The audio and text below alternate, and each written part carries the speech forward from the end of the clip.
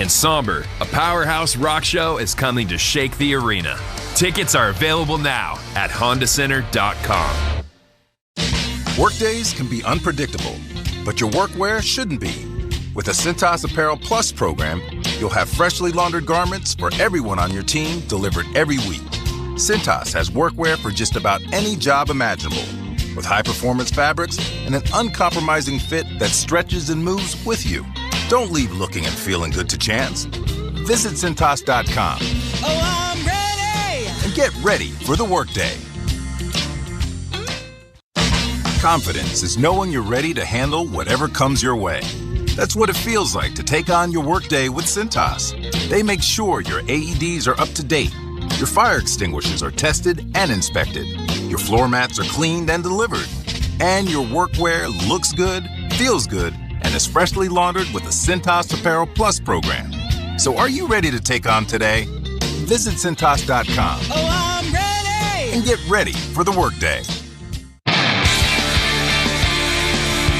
Welcome back to our pregame coverage here on Duck Stream. As mentioned before the break, head coach Joel Quenneville spoke with the media actually yesterday. We're going to bring you yesterday's conversation because there was a lot to break down from Friday night's loss. So here's what he had to say following the short practice that the Ducks had yesterday. In reviewing the tape from last night, what's sort of the thing that comes out to you this morning? I think that probably getting behind early and losing the momentum in the building. And then, kind of chasing the game. I think we got a little bit out of our game. They played well, and they won a lot of battles. And, in the first couple of games, I think we won at least our share. And last night we were behind it in that area. In round one, Game 5, you had said after that game that there's always that one game in a series that you just want to throw away. How does this one compare? We'll throw it away. You're at 3-0 in the playoffs after losses. You feel like you could turn this around pretty quickly as well? Yeah, I think momentum, in this series looks like both teams have had their turns.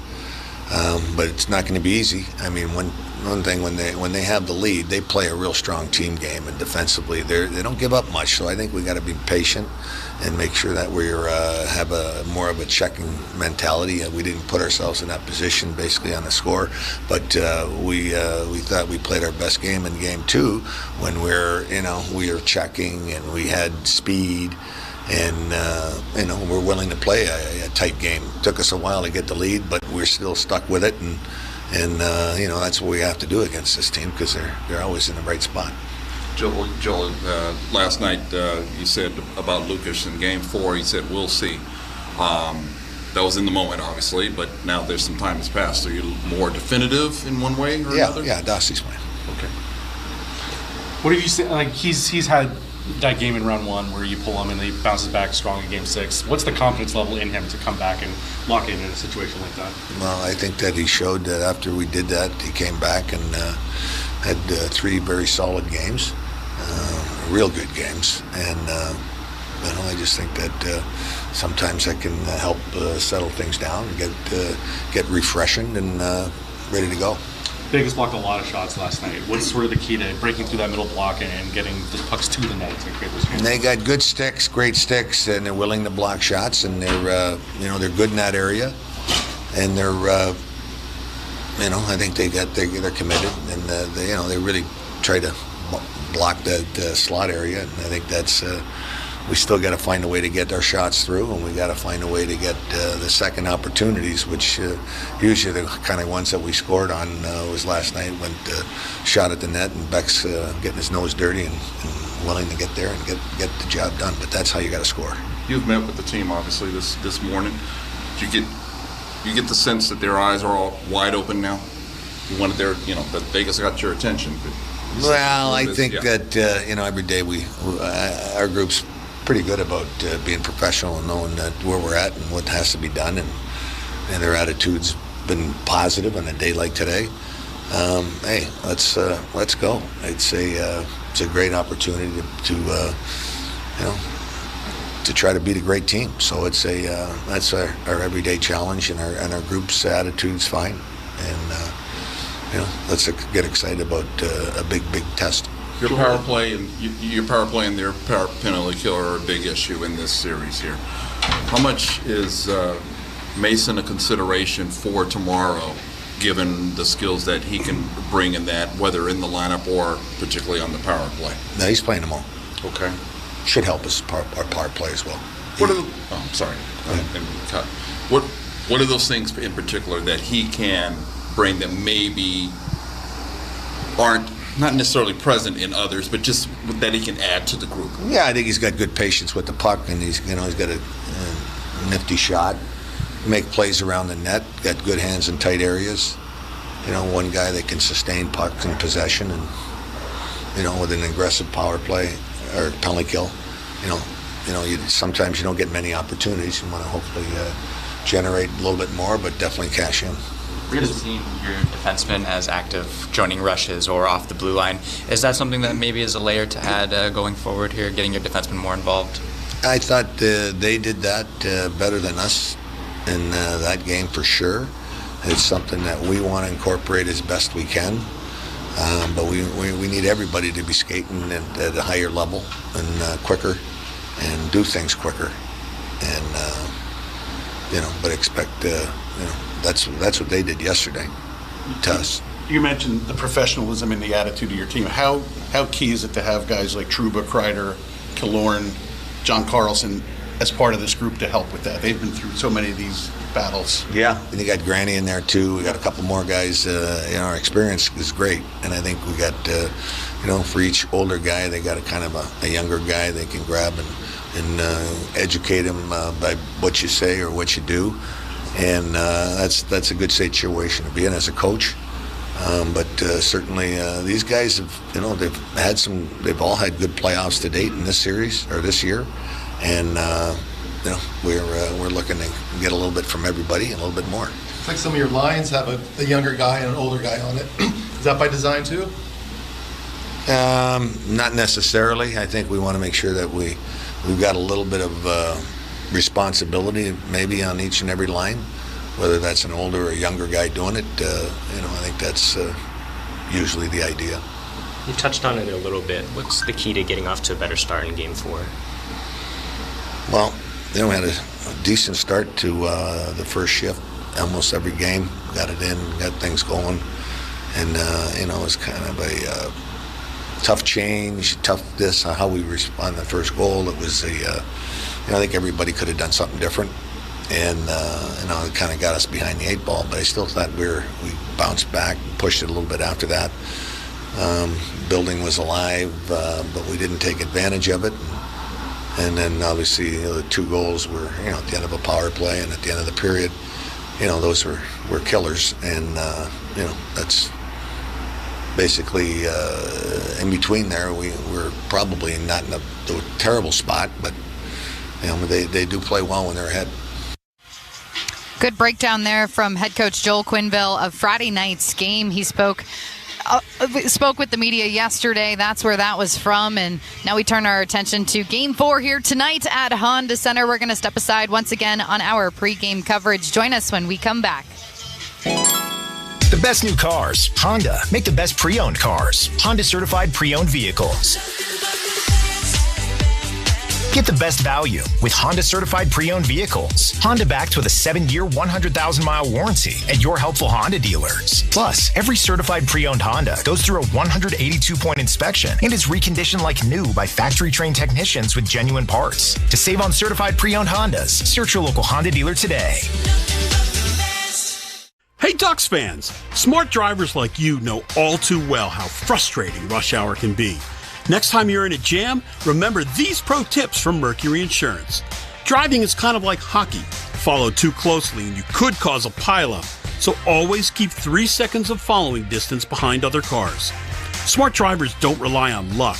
They rely on great coverage.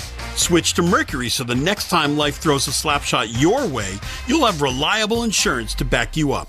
Plus, you could end up saving hundreds. Mercury, smart insurance for smart people. Anaheim, listen up.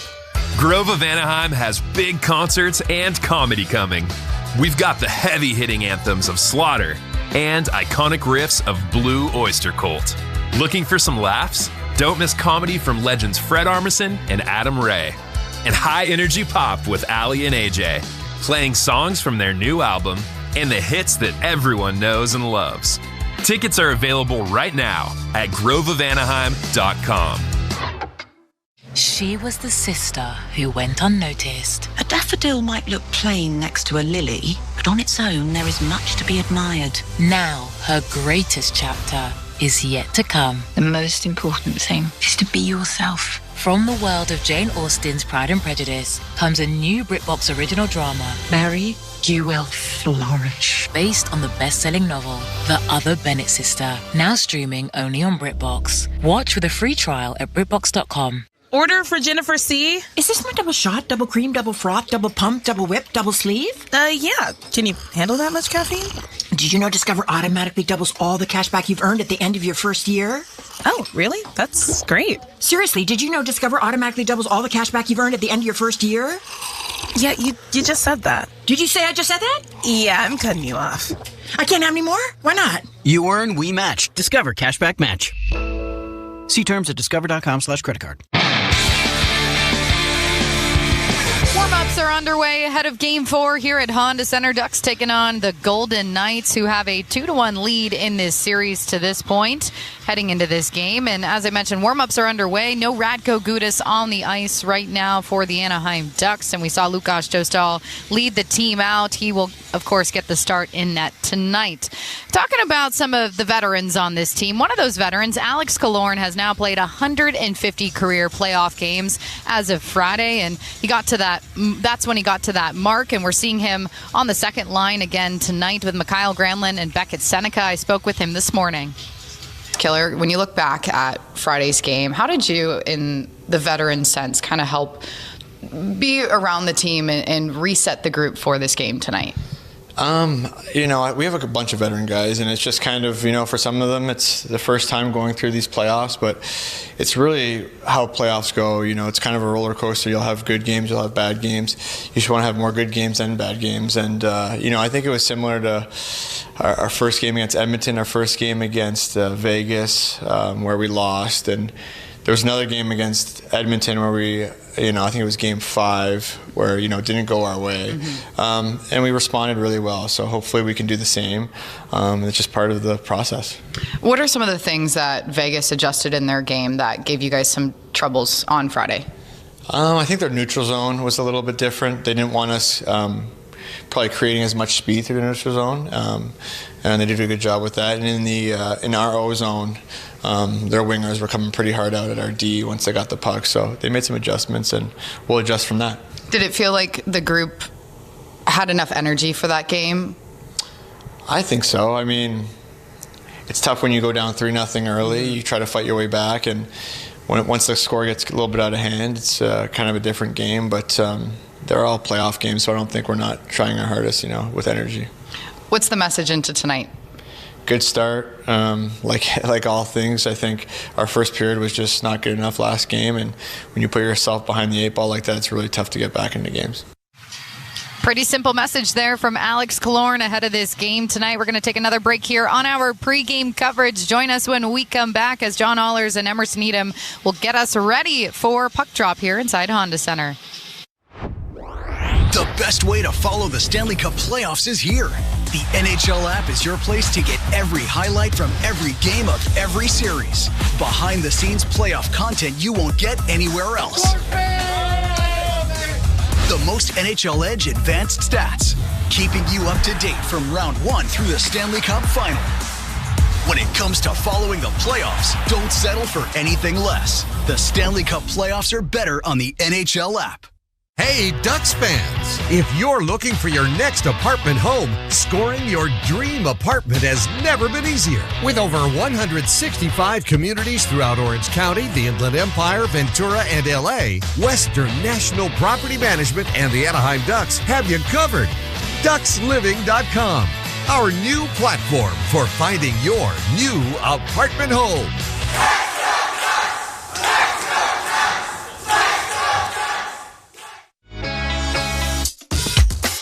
Enhance Enhance your game day experience with the Honda Center and Ducks mobile app.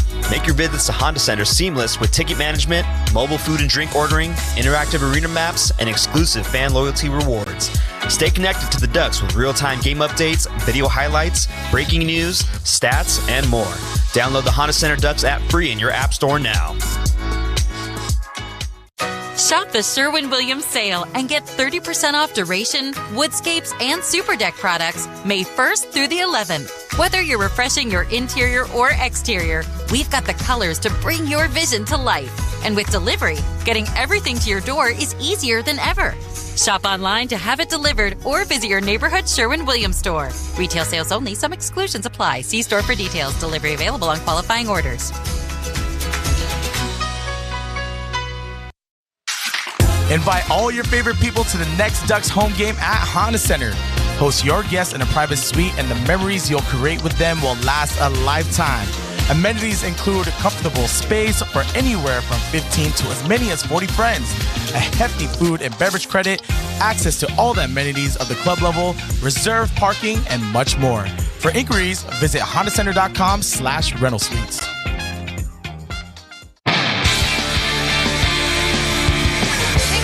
Us back here on Duck Stream ahead of the Ducks and Golden Knights Game 4 tonight in this second round Western Conference Stanley Cup Playoff Series. I'm going to welcome back Emerson Needham and welcome in for the first time John Allers. Guys, good to be back for another home game here this evening. But John, let's jump into how this Ducks lineup is going to look a little different, and we're going to see the playoff debut of Olen Zellweger. What can he bring to this team tonight? Well, I think we all know the energy that Olen brings to any situation he's ever in, regardless whether it be riding the bus on the way to the plane or out on the ice in a Stanley Cup playoff game. This will, as you pointed out, be his debut. And when you consider, I mean, you look back at the end of the regular season for Olen, he did not dress in the last 4 games of the regular season. So here we are, 13 games straight he's been out of the lineup. So I think a couple of things from Olen. We'll see, you know, that trademark speed and his willingness to jump up into the play be there. But I think at the same time, it'll be how well he can rein that in, because there's energy, that's important, but there's also responsibility this time of year. And where Olen has gotten himself in trouble at times is that tendency to try to score a goal every time he's on the ice. It's not necessary this time of year. Give him credit. He played in 76 games. He had the best plus-minus among all the Anaheim Blue Liners in the regular season. So I think it's going to be very interesting to watch him play tonight, and I'm excited for him. Certainly excited. You know how much he loves this game. He's always out on the ice. Last one. Sleeps, drinks it. He'll be alongside Ian Moore. That'll be his D partner for this game here tonight. And Emerson, another face that we're going to see back in the lineup tonight is Mason McTavish. He's been out the last 2 games as one of the scratches, as Coach Q's been changing up the lineup a little bit in this series compared to round 1. How can Mason McTavish returning back rejuvenate this lineup?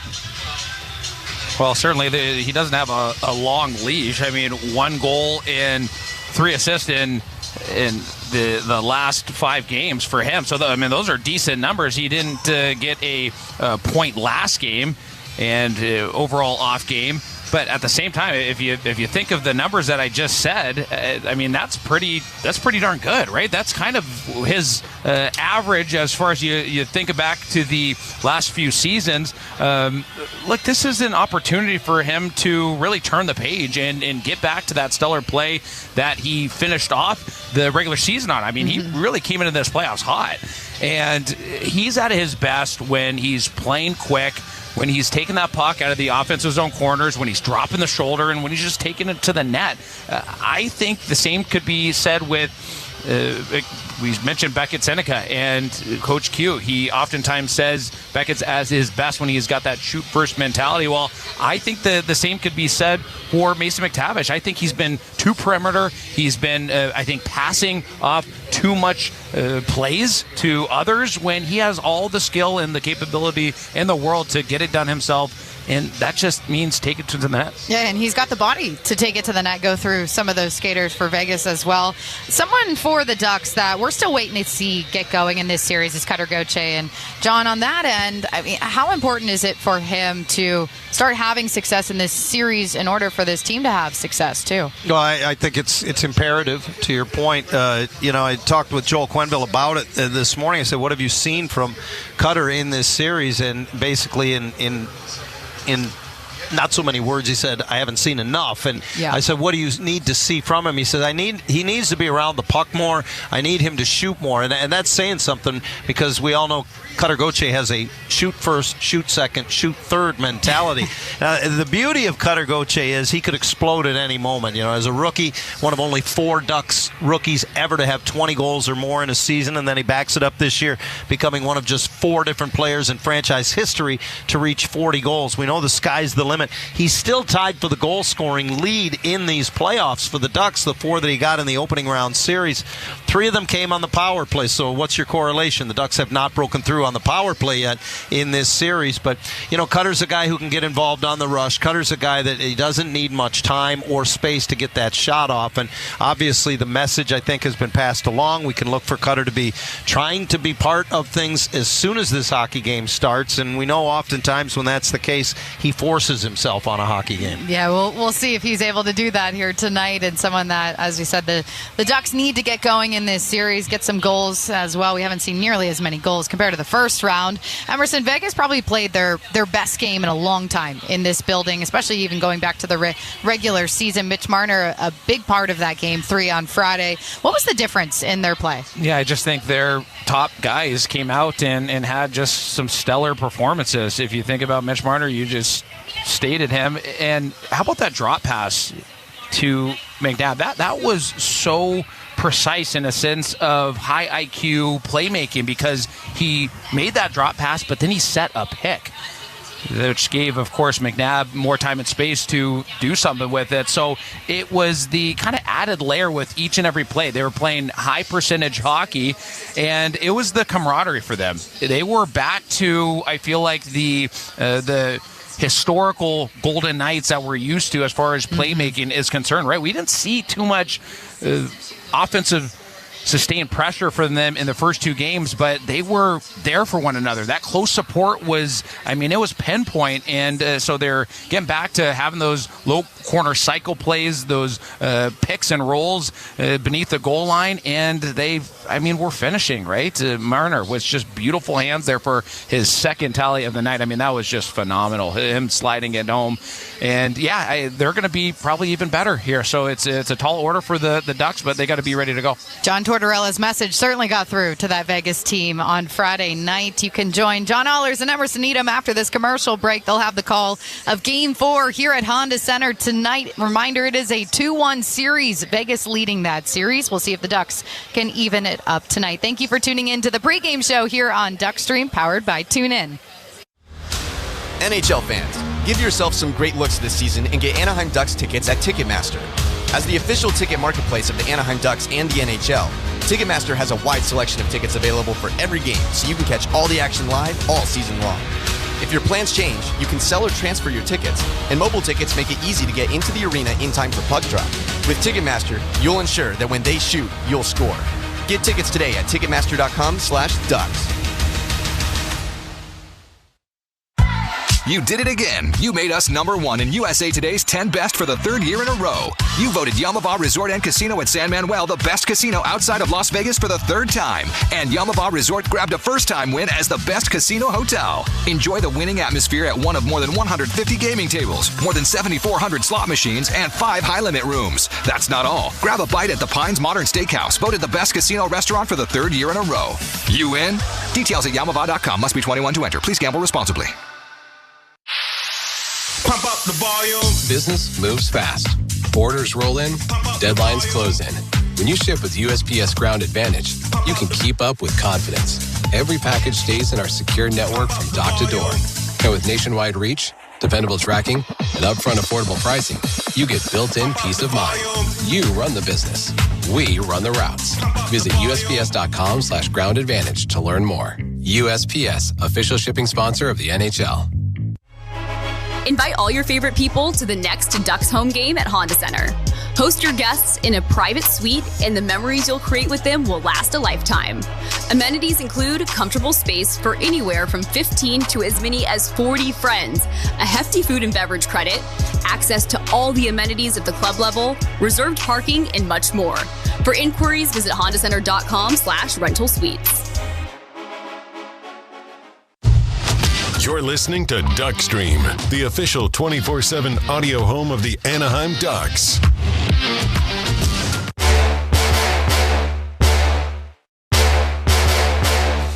Anaheim Ducks hockey is brought to you by UCI Health. At UCI Health, we stop at nothing to prevent, treat, and cure cancer. Visit ucihealth.org/stop-at-nothing.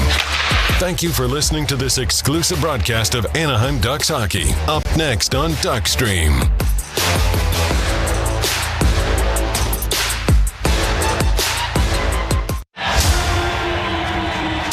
We felt it before.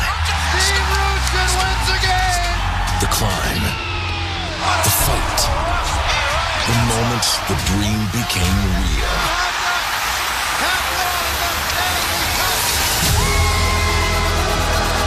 This quest carries every moment. Troy Terry with 4.1 seconds left. Every second that brought us back here. This isn't just a team. It's everything we've been through. We never stopped believing. The playoffs are calling. Answer it. This is the Stanley Cup Playoffs.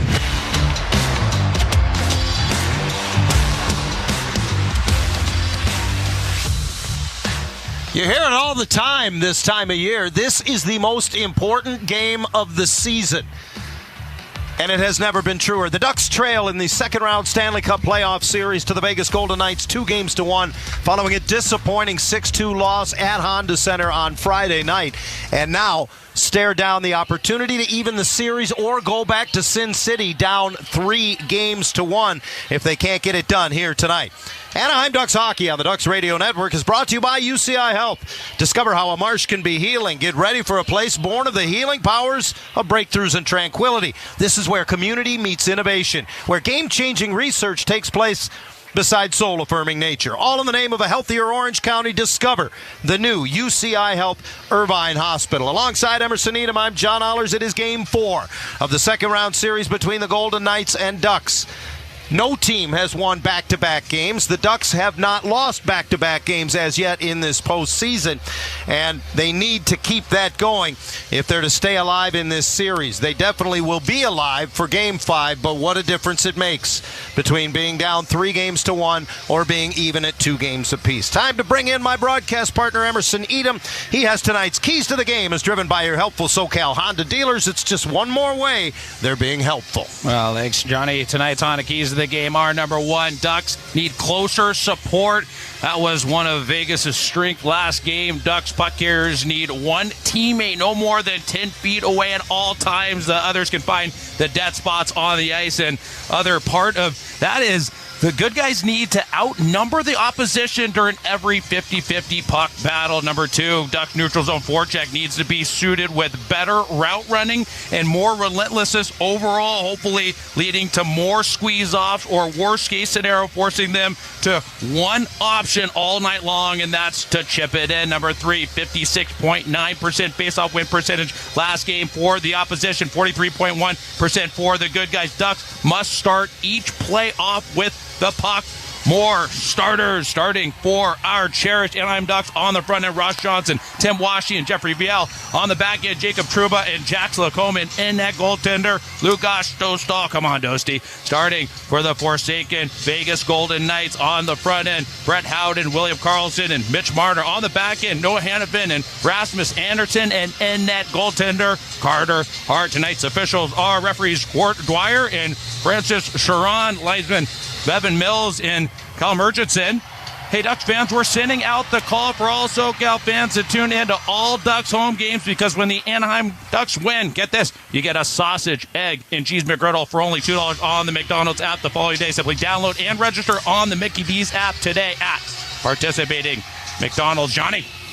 What does it tell you, Emerson, that the Ducks, who get to see who Vegas starts the game first, will match their fourth line against the Marner line, a line that produced 7 points and 4 goals in that Game 3, shellacking 6-2. I know in the opening round series, a different configuration of a fourth line was matched up against Connor McDavid, but tonight the Marner line, which has given the Ducks the most trouble so far in this series, will look at the fourth line as well. Well, that's a great point there, Johnny. And all that really tells me is, A, how much trust that Joel Quenneville and company have in the, of course, Tim Washy line, right? That's first and foremost. But also, he needs more goal scoring, right? So he's going to try to get his first 2 lines against their bottom 2 lines. It's as simple as that. He needs more scoring from all different areas, more from the front end, more from the back end. So this is all about just letting them have everything.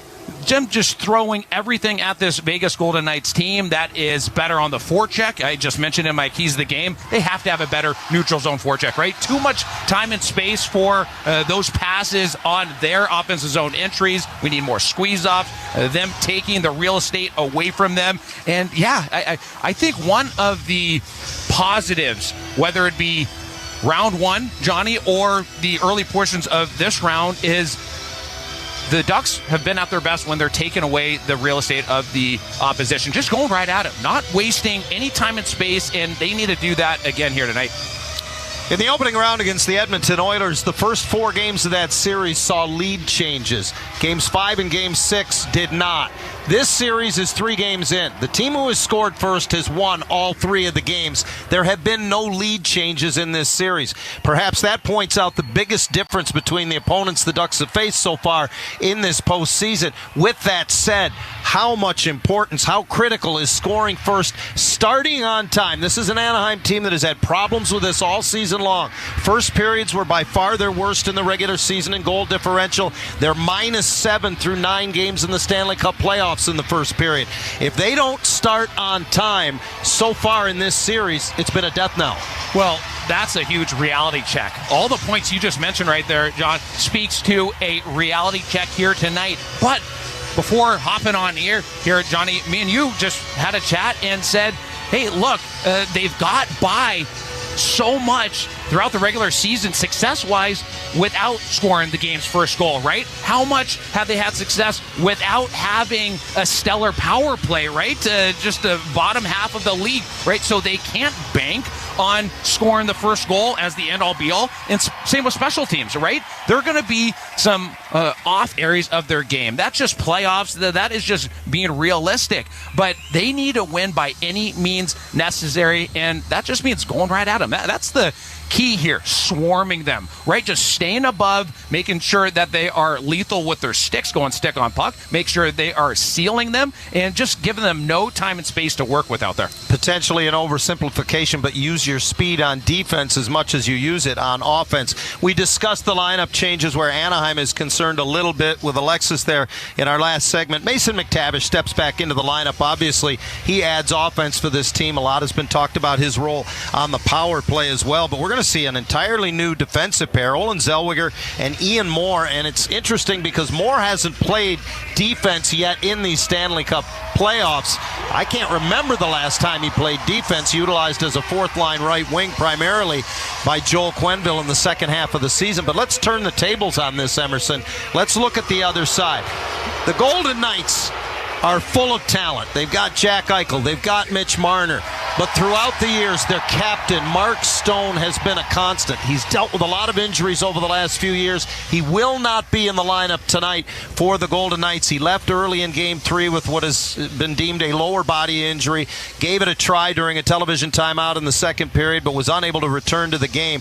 This is, by many people's accounts, the straw that stirs the Vegas drink. This is their leader, their spiritual leader. Without their captain, what does that do to the Golden Knights? Well, if you think about when they took took home the hardware there when they won the Stanley Cup not too long ago, right? How big of a piece Stone was to that club. I mean, year in and year out, shift in and shift out when he's been healthy. He's just been a monumental part of this hockey club. He's just that golden voice in the dressing room. He gets it done by example, especially right around the gritty areas, right? It's not like he's a perimeter guy. We see him probably most in and around the blue paint. So he leads by example, but there's that expression, Johnny, what have you done for me lately? And they played really well after he left that last game, right? So it's one of those things where we know that just looking from lines 1 to 4 for them, deep pairing 1 through 3, and of course, Carter Hart, I mean, he's been spectacular, that they're going to bode well without their captain. And they did it with that stretch during last game. And the Anaheim Ducks, they got to prepare like they're going to do it again here tonight. Stone is a tremendous defender, a Selke candidate year in, year out. Has led the league in takeaways and been top 10 in the league in takeaways every single season he's played. So it'll be interesting to see. Brandon Saad will step in for him. This is a 16-year veteran. Saad will play on the third line left wing, will make his Stanley Cup playoff debut for this postseason. Saad is another one of those players that brings a great deal of experience. He won a couple of Stanley Cups with the Chicago Blackhawks in 2013 and 2015, incidentally a team that was coached by Joel Quenneville. Let's go back to the third D pair for Anaheim tonight. Zellweger has yet to ever appear in a Stanley Cup playoff game, and I just mentioned that Ian Moore hasn't played defense in quite some time. The Ducks see Ian Moore as a defenseman, despite how much they've played him up front. Early in this hockey game is going to be imperative for that pair, Emerson, I have to think, because if things don't go well for them, I don't know how much they play. Well, out of all the great topics that you've brought up so far, Johnny, this might be what gets me most excited to talk about, because of just on the forefront how raw the two of them seem together. And Ian Moore, you just mentioned it, right? He hasn't played D in quite some time. The key for this pairing is Ian Moore. He's used to being, or at least trying to be, forward one in on the forecheck, right? He used to be go, go, go when he was playing forward. So how does he kind of check himself in that DNA that's kind of grown within himself to be a forward? How difficult is that as a player to do? That's the simple question, I guess. Well, yeah. He's got to shore that up, plain and simple. He has to make sure, because he's going to be the anchor. We all know that Olin Zellweger, he's the one that wants to go, that wants to get up and make plays offensively, right? So that even makes even more onus on Ian Moore to be that anchor, not go as much. Trust that Olin is between the two, the guy who is going to be trying to be relied upon on the offensive side of things. So there's that perfect balance. Both of them, Johnny, as you're well aware, they can't be going and getting caught, right? So they got to have their heads on a swivel and be extra careful when both of them are out. Emerson, the elephant in the room, just led the Ducks out onto the ice. Lucas Dostal pulled in Game 5 at Edmonton in a 4-1 loss, was able to recover, only gave up 2 goals in the win in Game 6, and then was very solid in the first 2 games in Vegas. He lasts only 20 minutes in Game 3 here at Honda Center on Friday, makes 5 saves on 8 shots on goal.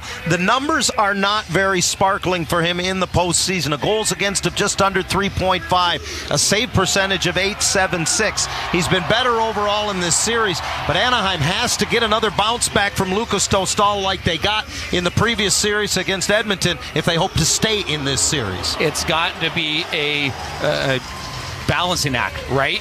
He's got to do a job, and the skaters in front of him have to limit the giveaways, have to limit the turnovers, right? I think of that Shea Theodore goal.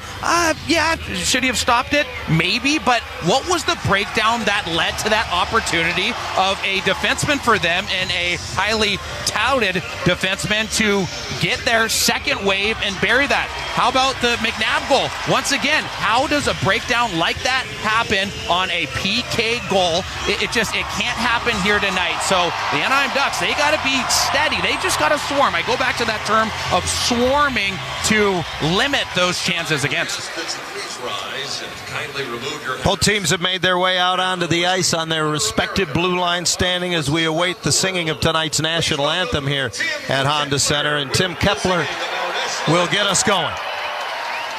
Oh, say, can you see by the dawn's early light, what so proudly we held at the twilight's last gleaming, whose broad stripes and the bright stars through the perilous fight o'er the ramparts we watched were so gallantly streaming, and the rockets regular, the bombs bursting in air, gave proof through the night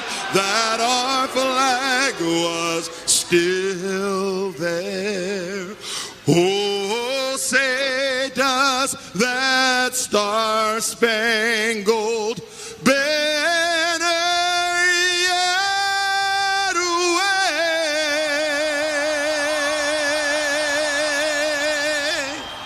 wave o'er the land of the free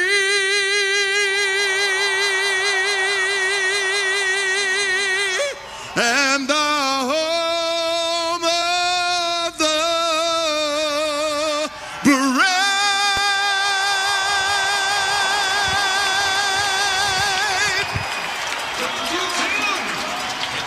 So we have discussed what has to happen for the Anaheim Ducks if they're to even this series at 2 games apiece.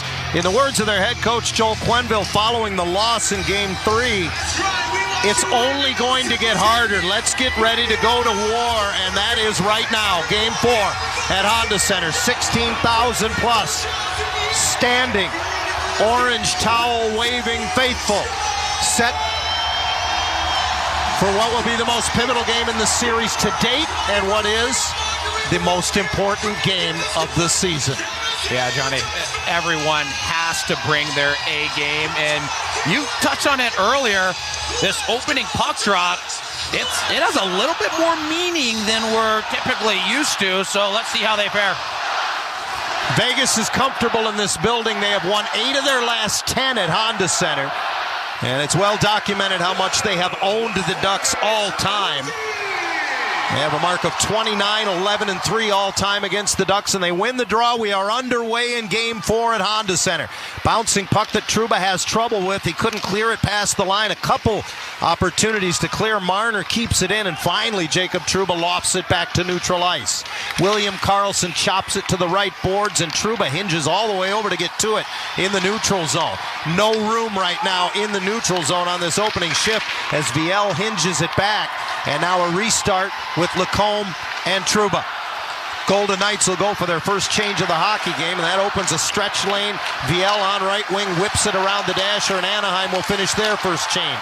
Leo Carlson got a stick on it around the boards but couldn't keep it in, and Dorofeev the other way for the Knights. He'll angle it into the Anaheim zone and chase after it. Again, coming all the way from his near side defense post. This time it's John Carlson who goes to the far corner and taps it away. It comes to center, and the Knights will steer it right back in. Barbashev put it behind the net, then put a pretty good hit on Mitnyakov. Troy Terry drops down to help out, finds Mitnyakov, and he'll skate it to center red and dump it in. Well, job well done by the very first shift there. And Ian Moore gets a chance from Troy Terry off the boards, and it's gobbled up by Carter Hart. Just alluding to my previous point, job well done by the Tim Washy line. First shift of the game for the Ducks, shutting down Wild Bill's line. That's William Karlsson, and that's the goal. They just cannot have any offensive zone time, and as long as they limit those top lines there, it's going to be a good night. Face-off will be to the left of Carter Hart so far in this series. Hart, coming off a 30-save performance, has a 1.67 in the series and a 9.47. Anaheim has not gotten in tight on him, and that will be the challenge tonight, to not only get inside on this Vegas defense, but also get to the front of the Vegas net. First shift for Zellweger and Moore as the puck is lobbed back into the Anaheim zone, and Ian Moore from below the goal line will rim it around. Unable to tap it ahead was Granlund, and now it's a puck battle in the left corner of the Anaheim zone. Jabbed around, Zellweger races after it. He's going to be beaten to it, though, and Eichel swings it around to the near boards. Trying to come off the wall with it now is Dowd, who lifts it up the glass. And Moore took a pretty good hit from behind there from Cole Smith. Fans wanted a penalty call. You could tell they didn't get it based on their reaction as they play on in the Anaheim zone. And now the puck will skitter back into Vegas ice. Both teams go for changes. Yeah, I don't know how that wasn't called when the intruder sees the players' jersey numbers. That's, as youth hockey players, what we're told to stop. Right there in advance, you got to pull up. Play back into the Anaheim zone. Mitnyakov knocks Kolasar down in the near corner, and the puck up the wall. Cutter Gauthier got a stick on it, but it's recovered by the Golden Knights. Across it comes to Dylan Coghlan. His first shot is blocked, but he recovers, trying to center for Kolasar, who gets it below the goal line, and Tomas Hertl has it taken away there by Ryan Poehling. Poehling ahead at center, and Gauthier is stopped there as he was stood up in the neutral zone by Coghlan. Yeah, Coghlan, a great defensive play. That's how they're going to play the Anaheim Ducks top players, so they got to beware. Ducks get in on the forecheck as Ross Johnston and Viel deliver a couple of big blows. Washi rims it around into the left side to the hash mark. Lacombe lets it go through. Washi in front off the heel of his stick. Boy, he had a lot of space there as he was set up by Ross Johnston, and it's cleared away by McNabb. Back to get it Lacombe from his netminder, and he'll circle the net. That was a great Under duress, he turns it over. Carlson plays it all the way back. Theodore's shot comes in front. It came to Carlson. He couldn't find it in his feet, and the Ducks able to steer it back through center ice. Well, right before William Karlsson got a couple hacks added right around the blue paint, Ross Johnson set up Tim Washi right in the slot area, and those are the types of puck touches that he must command. It's too good of an opportunity not to. Eichel tips one through center into the Anaheim zone, and Kreider back to get it. Ducks quickly work it around the boards, reversing it from pressure. Terry finds Leo Carlson.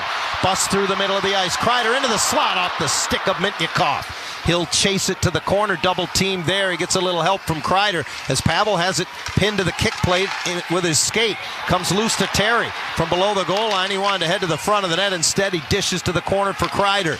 His return pass picked off by Rasmus Andersson, who rims it around the boards all the way down, and this will be icing against the Golden Knights. And Chris Kreider there, far side on that last entry. Those are those types of puck touches where you just don't want to be too cute, right? You got trackers here on the near side going towards the net. Can you just try to shoot for a rebound? I just think you got to hold up on those passes, get it to the net, and try to follow up with those rebound opportunities.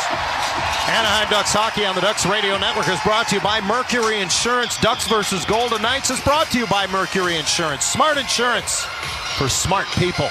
15:54 to go in the opening period. No score. Game 4 between the Golden Knights and Ducks. Face off to the right of Carter Hart. Officially, the only shot on goal of the game belongs to Anaheim. And Eichel wins the draw from Granlund, and Rasmus Andersson lobs it to center. Bouncing puck taken back in the Anaheim zone by Ian Moore, ahead to Zellweger, and he'll put it up on the glass back into the Golden Knights zone. Seneca seals it in the far corner, now joined by Granlund, who digs it loose all the way to Ian Moore, coming off the right point, and that shot goes off of Carter Hart and out of play. What an opportunity here near side, and it's the collection of the puck from Ian Moore. I mean, he rounds his hips around that puck just to the outside of the near side face-off dot line and wires it. Holy, what a rip of a shot. Moore did not dress in games 2 or 3 of this series after playing in game 1 as the fourth line right wing. Face off to the left of Carter Hart now, and again it's Granlund to take the draw for Anaheim. And he beats Nick Dowd cleanly, right to Zellweger, winds and fires, only to have it blocked.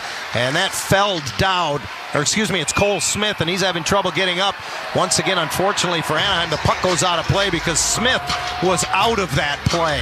He is having trouble getting back to the Vegas bench. And with that shot that got blocked from Olin Zellweger, is that what they're looking for him, right? To be a little bit more quick in those types of situations? You got to kind of hold up on those clappers and try to maybe pump it, find that lane to the net and get it there. William Karlsson's line comes over the boards for John Tortorella, and he will oppose Granlund on the faceoff. And Granlund will be tossed from the circle, bringing Beckett Seneca in. Ducks are 2-0 this season in the postseason when they score first, and 2-0 in the postseason when they've led after one. It's usually the second period is the indicator, but Anaheim has not had the lead to start hockey games very often in this postseason. Killorn along the left boards in the Vegas zone will put it behind the net. Seneca trying to use his body to protect it, can't get it away from Marner. Marner had the 4-point game and the natural hat trick in Game 3. Also was a +4 in that game. Stretch pass off the stick of Brett Howden, bounces off the top of the shelf back in the Anaheim zone, and that was giving Trouba some trouble. The puck wouldn't settle. Anaheim able to clear the zone. Lacombe jumps up into the rush and carries into the Vegas zone. Mason McTavish ties up Hutton behind the Vegas net. Loose puck picked up by William Karlsson for Vegas. He fails to clear the zone. Cutter Gauthier circles high. Great pass to Trouba. And a save made by Hart, moving to his left as Trouba got inside the right faceoff dot. That was a very deceptive play there by Cutter Gauthier because he's the shooter out of the situation, right? Everyone thinks that Cutter is going to, when he's about mid-ice line, 5 feet above the top of the circles, rip that puck. But he has a little hesitation fake before he sends it near side to Trouba, who finds a lane towards the net. I'm sure he wants that shot back as he just put it chest into Carter Hart. You just want a rebound. You want to shoot for the lower extremities, the pads, try to get a second and third opportunity out of it. And looked like he was trying to go 5-hole. Yeah. Carter Hart's over at the Vegas bench right now getting a little equipment adjustment. Anaheim Ducks hockey on the Ducks Radio Network is brought to you by Yamava Resort and Casino. Play at Yamava Resort and Casino at San Manuel. You in? 14:33 remains, opening period. No score in Game 4 between Vegas and Anaheim. Mason McTavish is going to take the draw here in the circle to the left of Carter Hart. He'll oppose Tomas Hertl. Hertl won almost every faceoff he took in Game 3. 7 of 8 against the Ducks, and he wins another one here. He was top 10 in the league in faceoff win percentage, and it's been on display here the last couple of games. Golden Knights get it into the Anaheim zone. Saad pressuring Mintyukov, who comes across, battles the puck up the boards, and Gauthier lobs it ahead.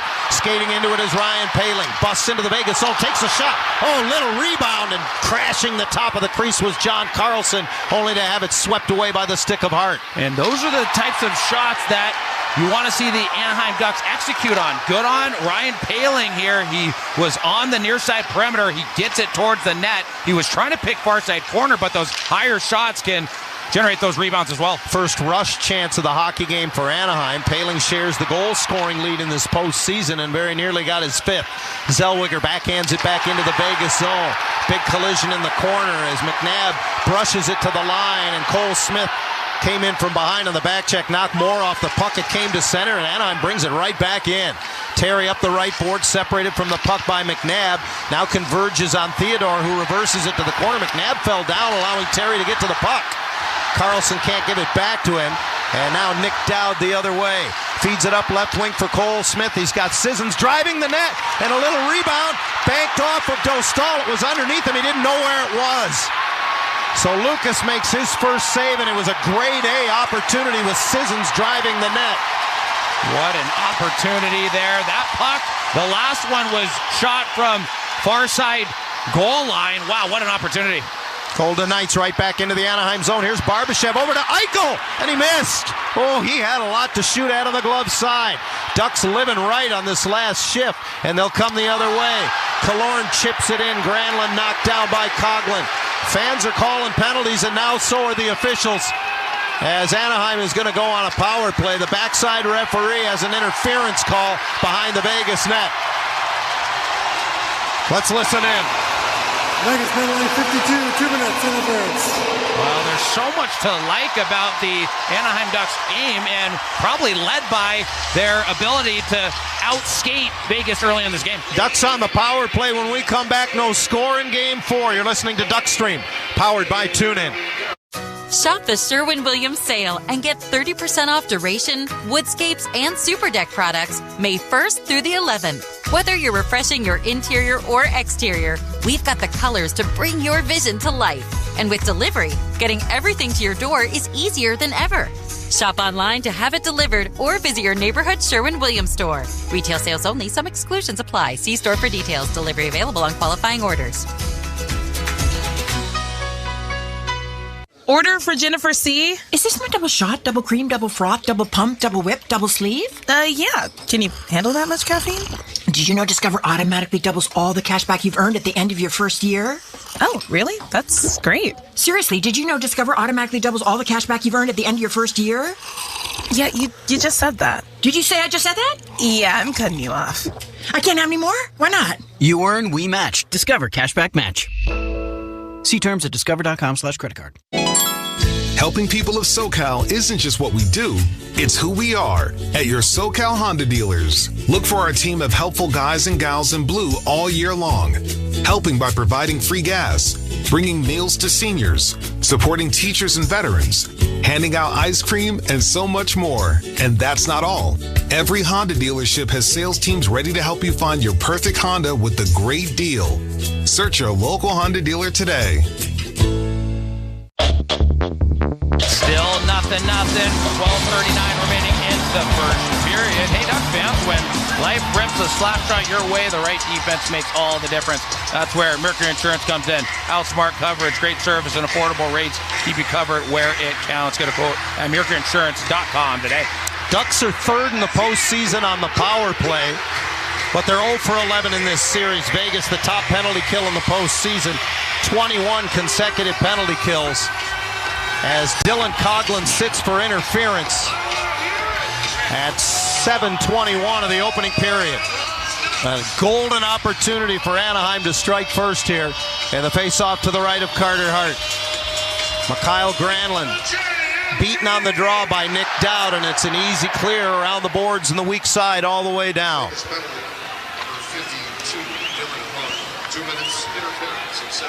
Ducks on their first JMG power play of Game 4. Leo Carlsson picks it up from behind the net and gallops to center. Nice feed up the right side to Terry and an easy entry into the zone. Carlsson at the line will feed it across.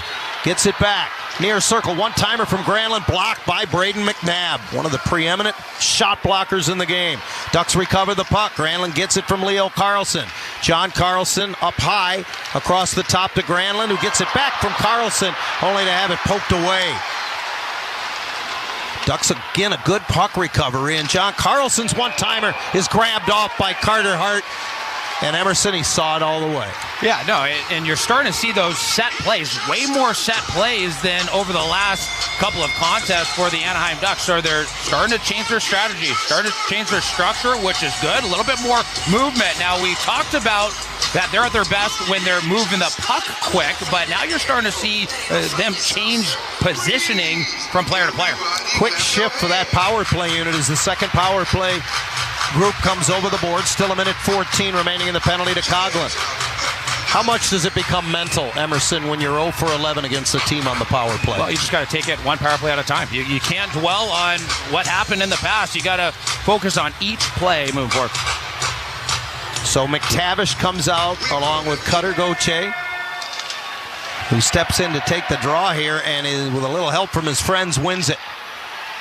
Top of the zone, McTavish to Gauthier. That big one-timer sails over top of the net around the glass and out. Well, it's going to be nice when Cutter Gauthier can capitalize on one of those. It was a perfect blast, pinpointed upper right corner, missing high and wide. Well, remember, the Golden Knights have 3 shorthanded goals in these playoffs.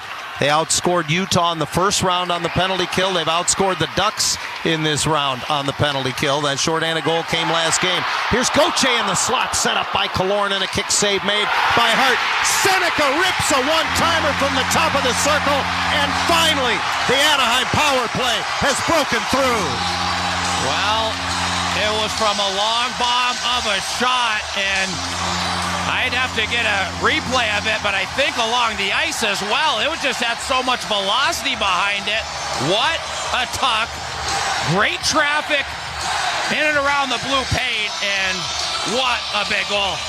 Third consecutive game with a goal for Beckett Seneca, his 4th of the postseason.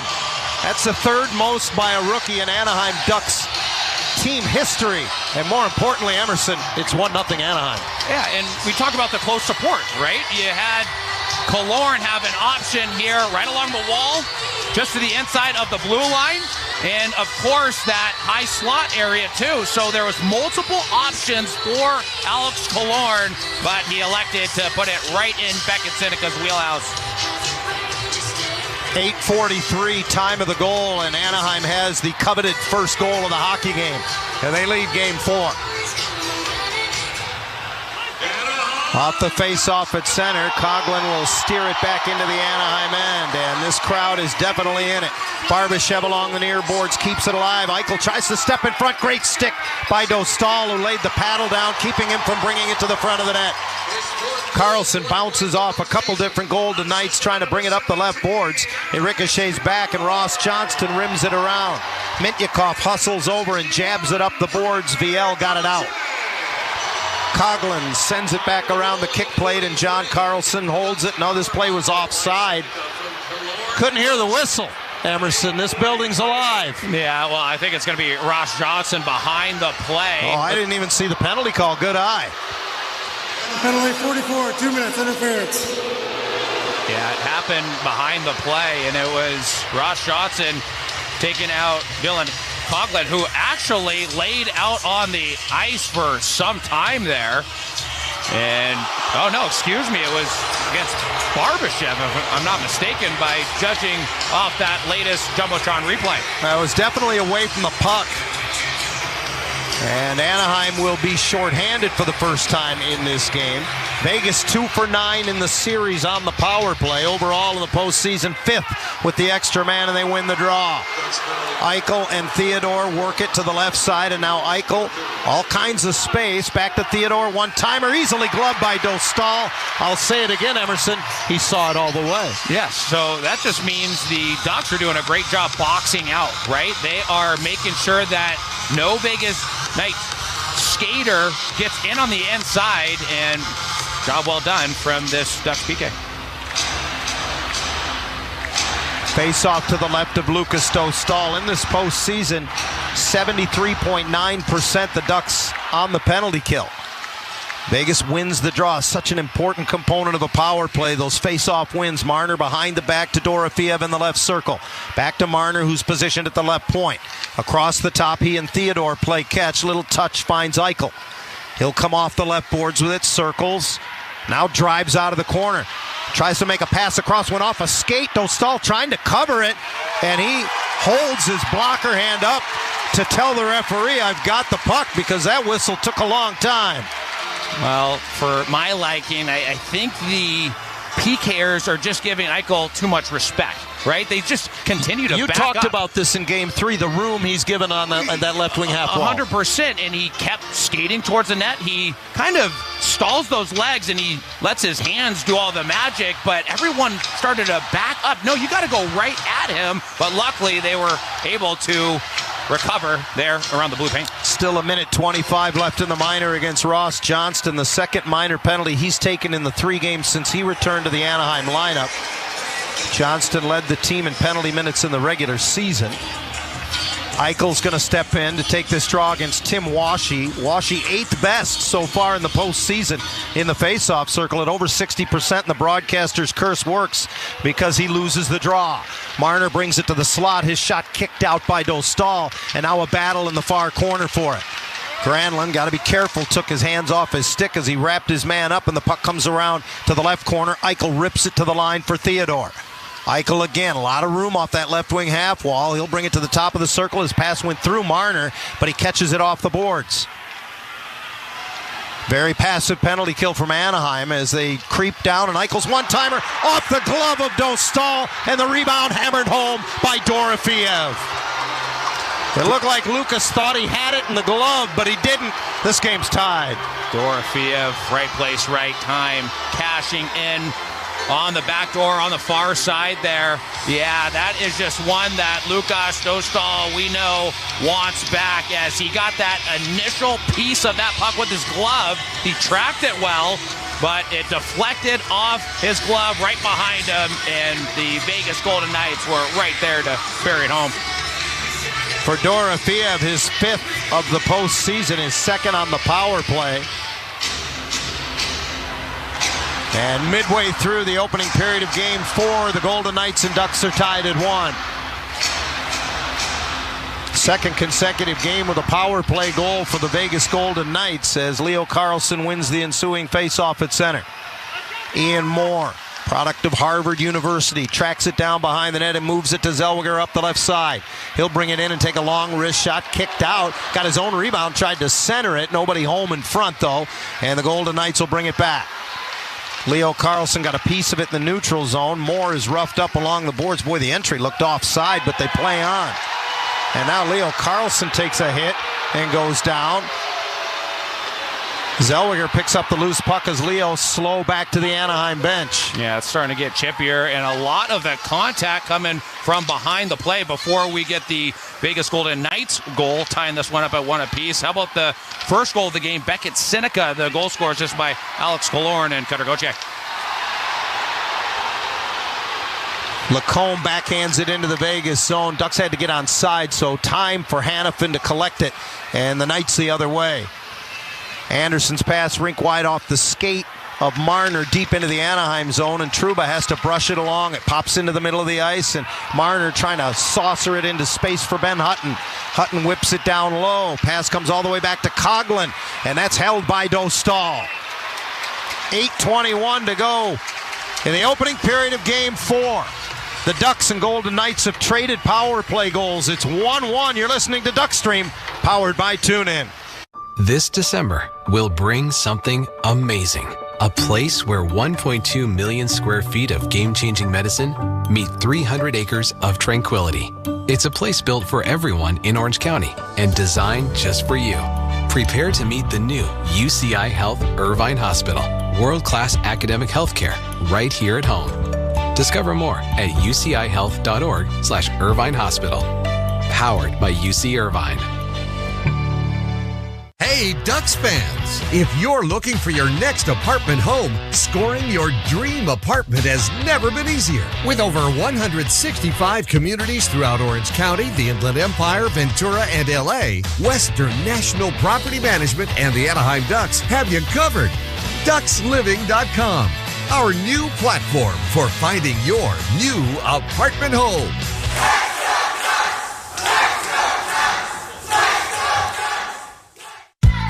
California's #1 casino just got better. Yamava Resort and Casino at San Manuel is now the only AAA 5-diamond rated casino hotel in the country. Become a Club Serrano member today and enjoy added perks like exclusive rewards at Monarch Beach Golf Links and Palms Casino Resort, Las Vegas. VIP at another casino? Trade up and take advantage of the Tier and Offer Match program at Yamava Resort and Casino. Voted #1 casino outside of Vegas by Newsweek. Details at Yamava.com. Restrictions apply. Must be 21 to enter. Please gamble responsibly.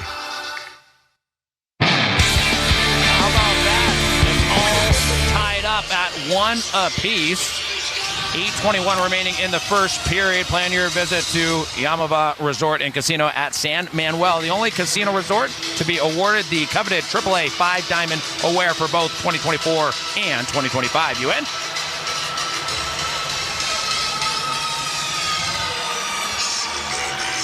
Both teams score on the power play here in the opening period, and it's 1-1 in Game 4.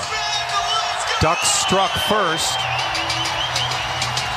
but Pavel Dorofeev had the answer for Vegas, and now they win the draw in the Anaheim zone. Braden McNabb trying to sneak it through off the left boards. It ricochets in behind the net, recovered by William Karlsson. Around the perimeter, back to McNabb along the left boards, and he fumbles it. So Trouba able to rim it around. Marner cuts it off, but his centering pass picked off by Tim Washy. He's off to the races. Gets to the blue line in the Vegas zone and rims it hard around and in. Lacombe goes for the hit instead of the puck, and William Karlsson chips it ahead. Golden Knights with possession at the Anaheim line. Ross Johnston able to come back and take it away as Marner flipped it into the zone. Johnston's clear did not get across the blue line, and now it's Marner again high in the zone. He winds it down low for Tomas Hertl. Former San Jose Shark working from behind the net will feed it all the way out. Coughlin shot looking for a tip. Ends up in the far corner, picked up by a speeding Keegan Colasar.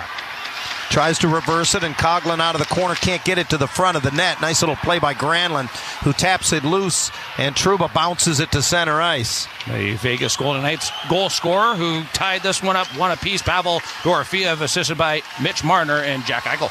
Ducks through center, enter the Vegas zone. Up the right boards, Killorn caught from behind by Kolasar, who will clear. John Carlson retreats at center as Anaheim tags up. Mintyukov will lob it around the boards and in. Just under 7 to go in the opening period of Game 4. Anaheim 1, Vegas 1. Ben Hutton, the former Duck, will go up the glass and all the way down. This will result in an icing call. Anaheim Ducks hockey on the Ducks Radio Network is brought to you by Western National Property Management. DucksLiving.com, your new platform to score your dream apartment.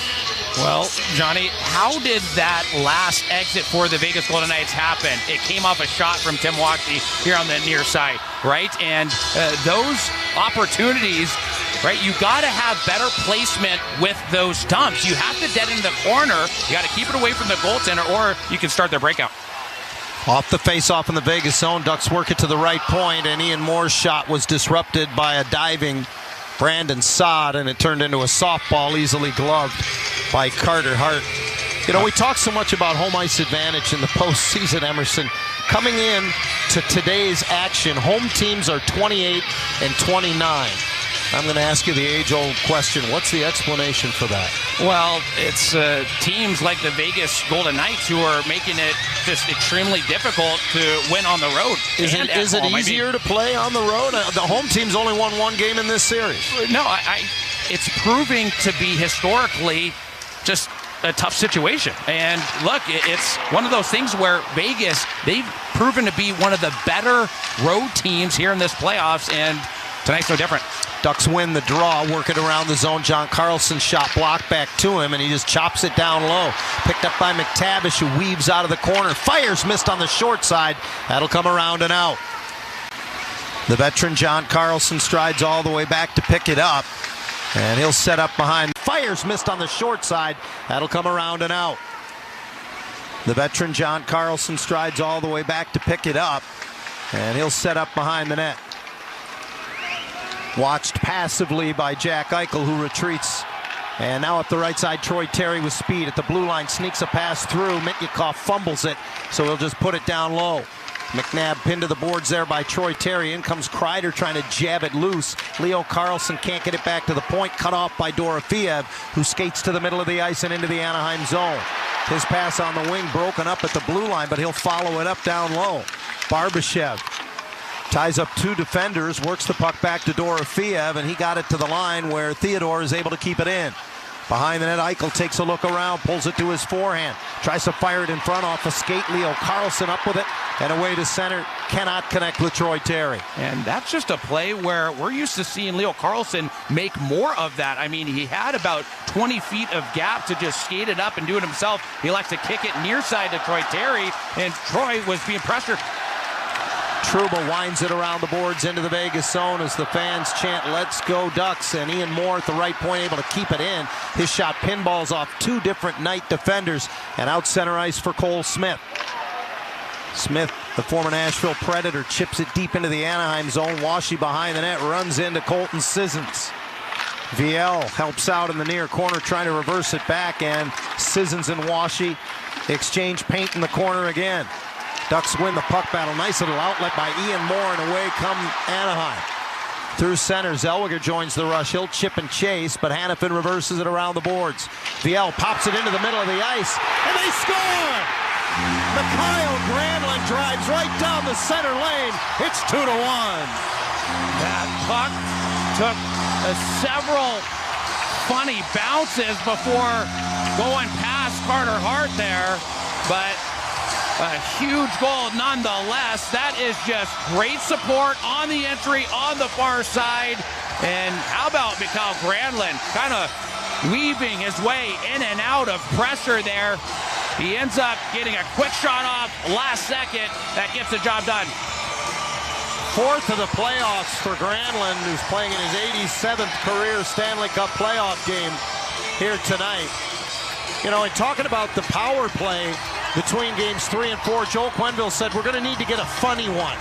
Well, that wasn't a power play goal, but that was kind of a funny one. Oh, 100% it was. And those are those greasy goals that you just need, right? You bank on having those every once in a while, and it's just very nice to have that as a go-ahead goal. For the second time in game 4, the Ducks have the lead. It's 2-1, and here comes Granlund, the goal scorer. Hooked as he entered the Vegas zone, and a huge hit in the near corner takes the helmet off of Beckett Seneca. He's either got to put it back on or go to the bench. He picks it up as the Golden Knights go the other way. Carlson denied on a give and go. Great play by Lacombe, who feeds it back to Seneca. Seneca takes it all the way in behind the Vegas net. Being hounded there by Theodore. He'll cycle it along. Granlund's got to be careful as he delivers a number of short cross checks to Mitch Marner. Puck around the boards, and William Karlsson for Vegas just chips it out of harm's way. A quick regroup, and rink-wide Mitnyakov finds John Carlson. His pass through the middle of the ice. Knocked down. A bouncing puck by McTavish goes wide in behind the net, and then a big collision after the whistle. And I think we got a penalty coming up here, Emerson, to the Vegas Golden Knights. Well, it continues to get chippier and chippier. This was after the whistle. Emotions were already on the rise after Beckett Seneca got kerplunked. His Bucky explodes into the air there. I don't even know how that wasn't called some kind of a headshot high hit. And just tempers ensued after that. And just judging by the replay, that was as... It was Gauthier who got run over. And let's listen to Francis Charon. Vegas, number 3, minor penalty for cross-checking. So it was Gauthier's turn to get kerplunked, and it's Anaheim's turn to go back on the power play with 3:35 to go in the first period of Game 4. They lead Vegas 2-1. You're listening to Duckstream, powered by TuneIn. Hockey's not just a game. It's a clash of sticks. It's sprays of ice and crazy saves. It's slap shots and the scrape of blades. It's an endless series of touch-and-go moments that make you feel alive. Through the highs and lows, you march your way down the long road to the playoffs alongside your team, with your jersey on and your heart on your sleeve, because they couldn't do it without you. And when you're there for your team, the NHL store is there for you. Check out the largest selection of official NHL gear at NHLShop.com. A Fanatics experience. Hey Ducks fans! Smart drivers like you know all too well how frustrating rush hour can be. Next time you're in a jam, remember these pro tips from Mercury Insurance. Driving is kind of like hockey. Follow too closely and you could cause a pileup, so always keep 3 seconds of following distance behind other cars. Smart drivers don't rely on luck. They rely on great coverage. Switch to Mercury so the next time life throws a slap shot your way, you'll have reliable insurance to back you up. Plus, you could end up saving hundreds. Mercury, smart insurance for smart people.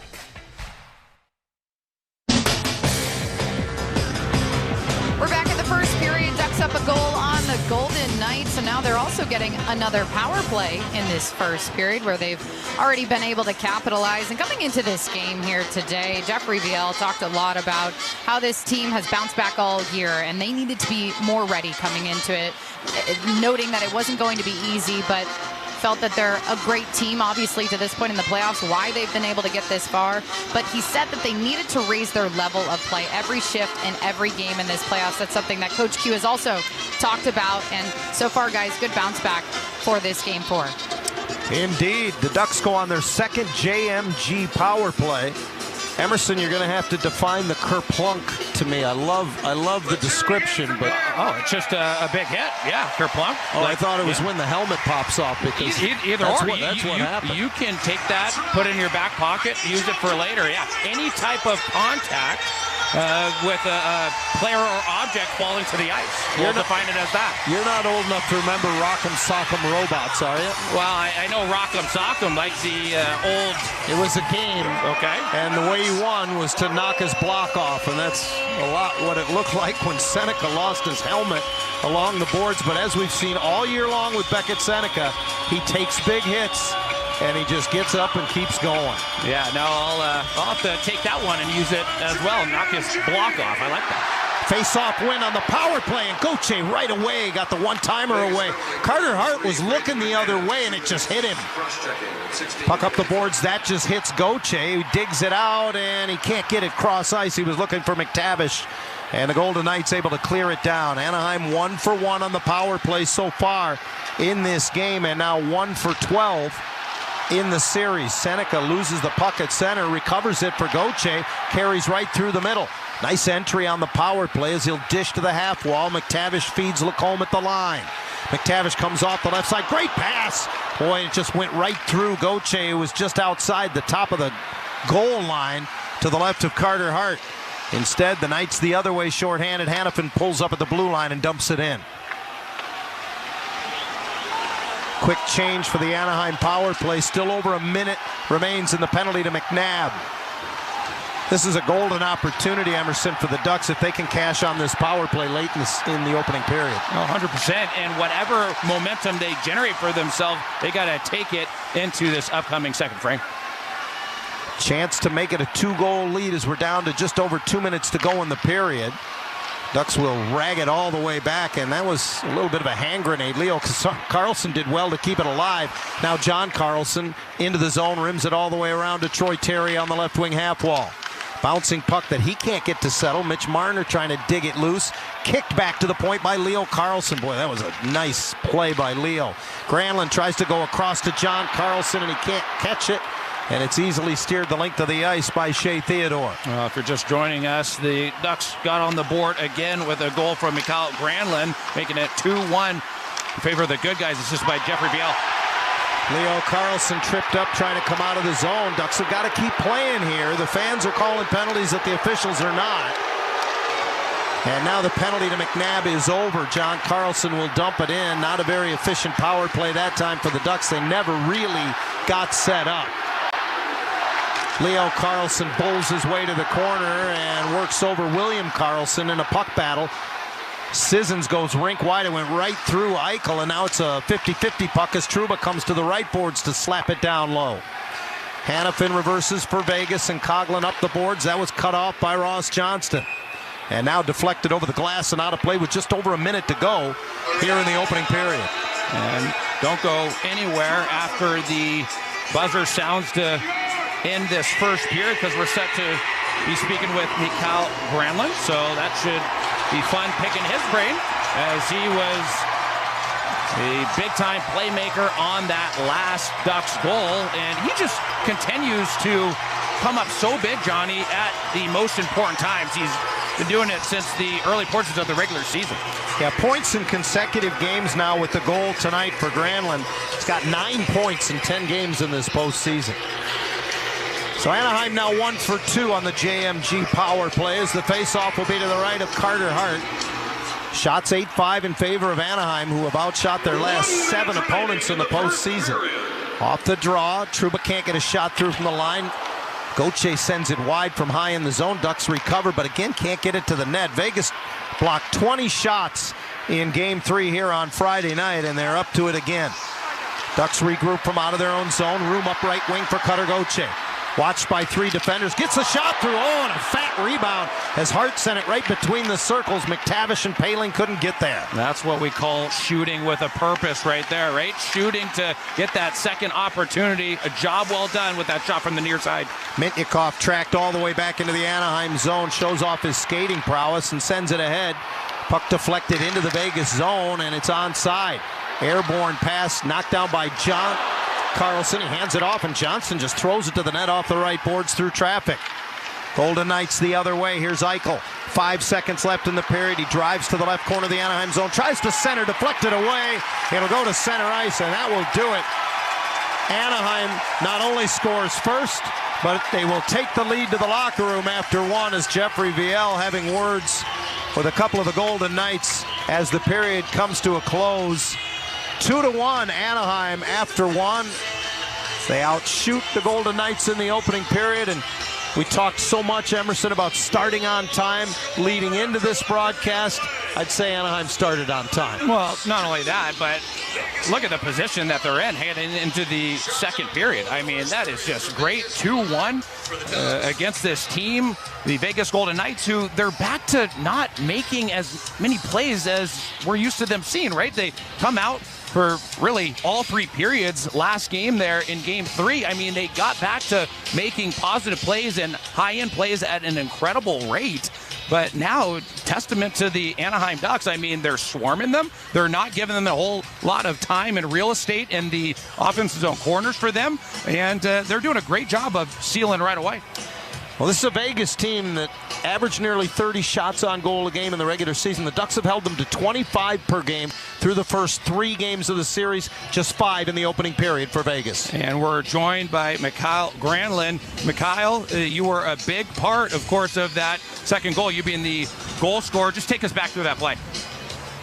Wheeler made a nice play on the wall to me, and just tried to shoot it quickly, and I don't know, it bounced off of someone, so good thing we got the lead. The Vegas Golden Knights, they weren't making plays in games 1 and 2 that we're used to seeing them make, but then they come back in the last game, game 3, they start making tremendous plays, shift in and shift out. Now you're holding them back to some underwhelming offensive plays. That's a testament to you guys, but what are you guys doing to limit their offensive chances here in this game? Keep the pace up. That's the way we play. Let's try to be with the puck, make them defend, and it's a good team we're playing against, so you got to be ready every single shift. And just a couple more keys to coming out with the victory here tonight. Just keep playing, this is, it's tight games. You just got to keep going shift by shift.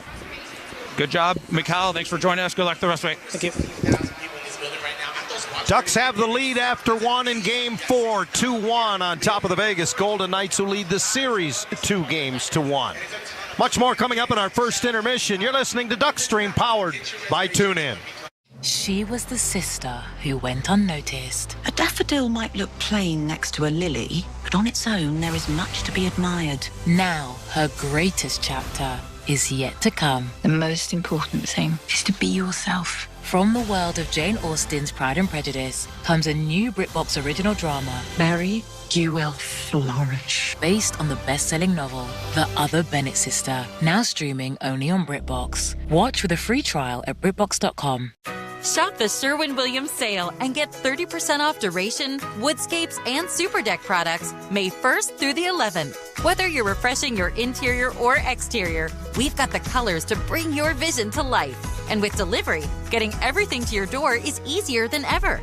Shop online to have it delivered or visit your neighborhood Sherwin-Williams store. Retail sales only. Some exclusions apply. See store for details. Delivery available on qualifying orders.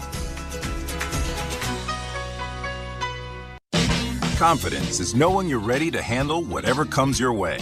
That's what it feels like to take on your workday with Cintas. They make sure your AEDs are up to date, your fire extinguishers are tested and inspected, your floor mats are cleaned and delivered, and your workwear looks good, feels good, and is freshly laundered with the Cintas Apparel Plus program. So are you ready to take on today? Visit Cintas.com. Oh, I'm ready! And get ready for the workday. This December, we'll bring something amazing. A place where 1.2 million square feet of game-changing medicine meet 300 acres of tranquility. It's a place built for everyone in Orange County and designed just for you. Prepare to meet the new UCI Health Irvine Hospital. World-class academic healthcare right here at home. Discover more at ucihealth.org/Irvine Hospital. Powered by UC Irvine. Get ready, Anaheim. Big concerts are coming. At Honda Center, sing along with Demi Lovato and 5 Seconds of Summer, who are bringing can't-miss nights of big energy. Ready to get loud? Godsmack brings the Rise of Rock World Tour to the stage at Honda Center. Thomas Rhett is adding country flavor to Orange Country. And Somber, a powerhouse rock show, is coming to shake the arena. Tickets are available now at HondaCenter.com.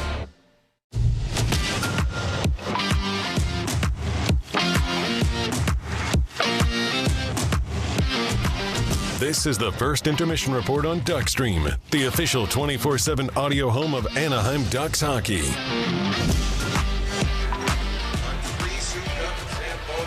have 3 fans rooting for Korea and John Allers and Emerson Edom back at Honda Center. We are through one period of play in Game 4 of the Western Conference second-round matchup between the Anaheim Ducks and the Vegas Golden Knights. Vegas leading the series 2-1. Anaheim leads the game 2-1, in part because they scored the game's first goal. Maybe more importantly, Emerson Edom, it came on the power play. Coming into this game, the Ducks were 0 for 11 in the series on the power play. They end the first period 1 for 2 on the power play.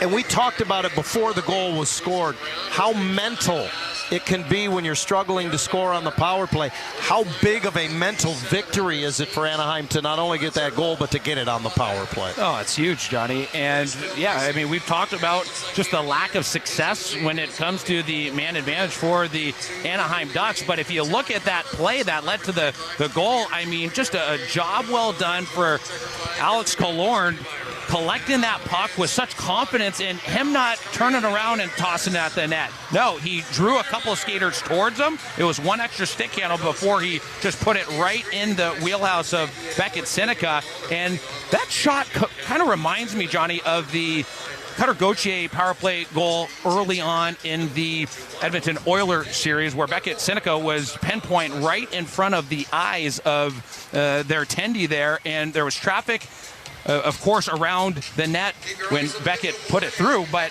that's what they need. Quick plays, zero hesitation, and, yeah, close support, because there was close support around Alex Killorn for that opportunity, and, of course, Beckett Seneca wasting no time. But, look, they just need to follow up with better efforts. I just don't know if the follow-up opportunity was great, so they need to just make sure what works for them, they're not changing it. You're listening to the Intermission Report, brought to you by UCI Health. The new UCI Health Irvine will bring coastal and South Orange County unparalleled expertise, leading-edge treatments, and the finest evidence-based care that only an academic health system can offer. Discover more at ucihealth.org/Irvine Hospital. Vegas was able to tie the game midway through that period with a power play goal of their own, and you've had an observation throughout this series. We've talked about it a couple different times.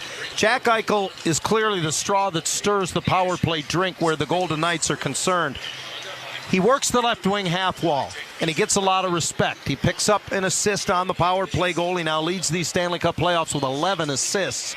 But the Ducks are giving him a lot of room. Try to explain, if you can, why you think that might be. It's just weird, Johnny, because oftentimes we'll see the half wall players go all the way up to the blue line, create space for themselves because the opposition is pressuring them. So right now, Anaheim, they just continue to back up. So it's not like he's having just a big area in which he's utilizing and he's moving. No, he's pretty stationary. He kind of stationarily stick handles in a booth, and then the odd time he'll start pressing forward. But the bad thing that the Anaheim Ducks are doing right now, they are backing up. When he's going forward, they're backing up to the point where they are right in front of Lukas Dostal. That can't happen. They go do the exact opposite, go right at him. And, yeah, that's been a problem. I mean, just too much real estate, too much time and space for Jack Eichel to work with. And, well, you asked me, Johnny, like, what does it take for them to, close out? They need to zero hesitation, fan out, give them no time and space, and really make it seem to the opposition power play that that's not even an option. Like, take away the passing lanes with good utilization of the stick and just make sure that it doesn't even become available for them. The interesting thing to me, looking at the numbers in the regular season, Jack Eichel is a guy who's had a lot of success on the power play. He only scored one power play goal in the regular season in what was a 27-goal year for Eichel, but he is making a lot happen on the power play as a facilitator, if you will. You and I spoke at the top of the broadcast about some of the lineup changes for Anaheim in this one, and one of the big changes for me is an entirely new third defensive pair. Olin Zellweger makes his Stanley Cup playoff debut, and Ian Moore, for the first time in this postseason, goes back and plays defense. Just 6 shifts for them in the opening period. Special teams might have dictated a little bit of that. What did you see from that defense pair? Well, I saw one thing each that stood out to me for both of them when it comes to them not maybe knowing the amount of time that both of them have. It happened just to the inside of the blue line, both here on the near side. Ian Moore, he had the play of slapping it down with his backhand. Now, he took the opportunity to take a split second longer and shift to his forehand. The game's too fast, Johnny, so if you have that backhand play available, you just got to make it, right? It's just, you cannot have the amount of time to switch to your forehand, so that is something I noticed, although Ian Moore had a great shot. I mean, what a howitzer of a shot here on the near side. Well, he almost scored. Yes, 100%. And the one thing for Olin Zellweger, when it comes to a time management thing, again, he opted for the slap shot, and it got blocks. Now, he took one extra stick handle, so A, he can't take that extra stick handle, and B, I mean, the slap shots, you got to pick your time, when to do that, when not, and that just was an opportunity where he should have just wristed it through. You're listening to the Intermission Report, brought to you by UCI Health. We're through one period of play in Game 4 at Honda Center. Our score, the Anaheim Ducks 2 and the Vegas Golden Knights 1. You're listening to Duckstream, powered by TuneIn. The best new cars. Honda. Make the best pre-owned cars. Honda certified pre-owned vehicles. Get the best value with Honda certified pre-owned vehicles. Honda backed with a 7-year, 100,000-mile warranty at your helpful Honda dealers. Plus, every certified pre-owned Honda goes through a 182-point inspection and is reconditioned like new by factory-trained technicians with genuine parts. To save on certified pre-owned Hondas, search your local Honda dealer today. Enhance your game day experience with the Honda Center and Ducks mobile app. Make your visits to Honda Center seamless with ticket management, mobile food and drink ordering, interactive arena maps, and exclusive fan loyalty rewards. Stay connected to the Ducks with real-time game updates, video highlights, breaking news, stats, and more. Download the Honda Center Ducks app free in your app store now. NHL fans, give yourself some great looks this season and get Anaheim Ducks tickets at Ticketmaster.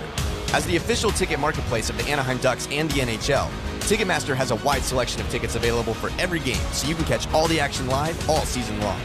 If your plans change, you can sell or transfer your tickets, and mobile tickets make it easy to get into the arena in time for puck drop. With Ticketmaster, you'll ensure that when they shoot, you'll score. Get tickets today at Ticketmaster.com/Ducks.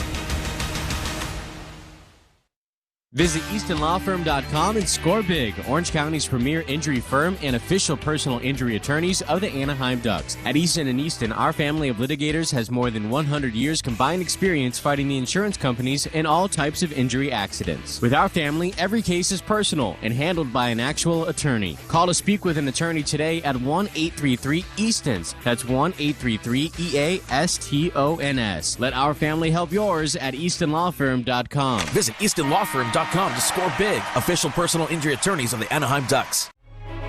Invite all your favorite people to the next Ducks home game at Honda Center. Host your guests in a private suite, and the memories you'll create with them will last a lifetime. Amenities include comfortable space for anywhere from 15 to as many as 40 friends, a hefty food and beverage credit, access to all the amenities of the club level, reserved parking, and much more. For inquiries, visit hondacenter.com/rental suites.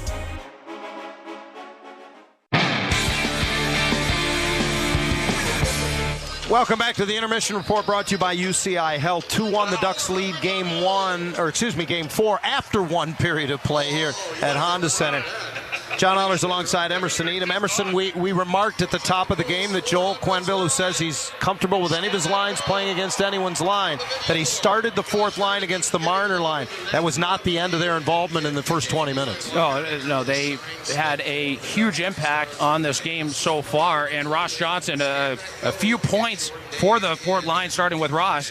He can't take a penalty in general, but behind the play nonetheless. So the two areas where you just don't want to take penalties is you try to avoid it when in the offensive zone and when behind the play. Those are just two areas where you try to limit those penalties. And then Tim Washy had an interesting play, and you touched on it a little bit early on in the series, John. Puck placements, or if you miss the net with a shot, be prepared to backtrack, because it very much indeed can start the opposition's breakout. Well, it wasn't a shot that did it, but it was a lack of puck placement. He rimmed it from the near side to the far side. What did that do? It started the Vegas Golden Knights breakout out the other side. That can't happen. And another impact on the game was Jeffrey Viel. Couple big impacts, but maybe at the top of the list for him was setting up Mikael Granlund on that entry. What a primetime play. And how about Mikael Granlund? I mean, under duress, between maybe 2 or 3 Vegas Golden Knights skaters, he still gets the job done. So, yes, the Anaheim Ducks fourth line making several keys there in that first frame. You've been listening to the Intermission Report, brought to you by UCI Health after one period of play in Game 4. Anaheim 2 and the Vegas Golden Knights 1. You're listening to Duckstream, powered by TuneIn. The best way to follow the Stanley Cup playoffs is here. The NHL app is your place to get every highlight from every game of every series. Behind-the-scenes playoff content you won't get anywhere else. The most NHL Edge advanced stats, keeping you up to date from round 1 through the Stanley Cup final. When it comes to following the playoffs, don't settle for anything less. The Stanley Cup playoffs are better on the NHL app. Hey Ducks fans! Smart drivers like you know all too well how frustrating rush hour can be. Next time you're in a jam, remember these pro tips from Mercury Insurance. Driving is kind of like hockey. Follow too closely and you could cause a pileup. So always keep 3 seconds of following distance behind other cars. Smart drivers don't rely on luck. They rely on great coverage. Switch to Mercury so the next time life throws a slap shot your way, you'll have reliable insurance to back you up. Plus, you could end up saving hundreds. Mercury, smart insurance for smart people. Hey, Ducks fans! If you're looking for your next apartment home, scoring your dream apartment has never been easier. With over 165 communities throughout Orange County, the Inland Empire, Ventura, and LA, Western National Property Management and the Anaheim Ducks have you covered.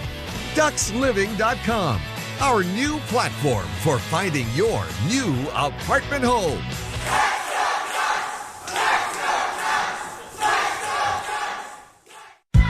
You did it again. You made us #1 in USA Today's 10 Best for the 3rd year in a row. You voted Yamava Resort and Casino at San Manuel the best casino outside of Las Vegas for the 3rd time. And Yamava Resort grabbed a first-time win as the best casino hotel. Enjoy the winning atmosphere at one of more than 150 gaming tables, more than 7,400 slot machines, and 5 high-limit rooms. That's not all. Grab a bite at the Pines Modern Steakhouse, voted the best casino restaurant for the 3rd year in a row. You in? Details at Yamava.com. Must be 21 to enter. Please gamble responsibly. Invite all your favorite people to the next Ducks home game at Honda Center. Host your guests in a private suite, and the memories you'll create with them will last a lifetime. Amenities include comfortable space for anywhere from 15 to as many as 40 friends, a hefty food and beverage credit, access to all the amenities of the club level, reserved parking, and much more. For inquiries, visit hondacenter.com/rental suites.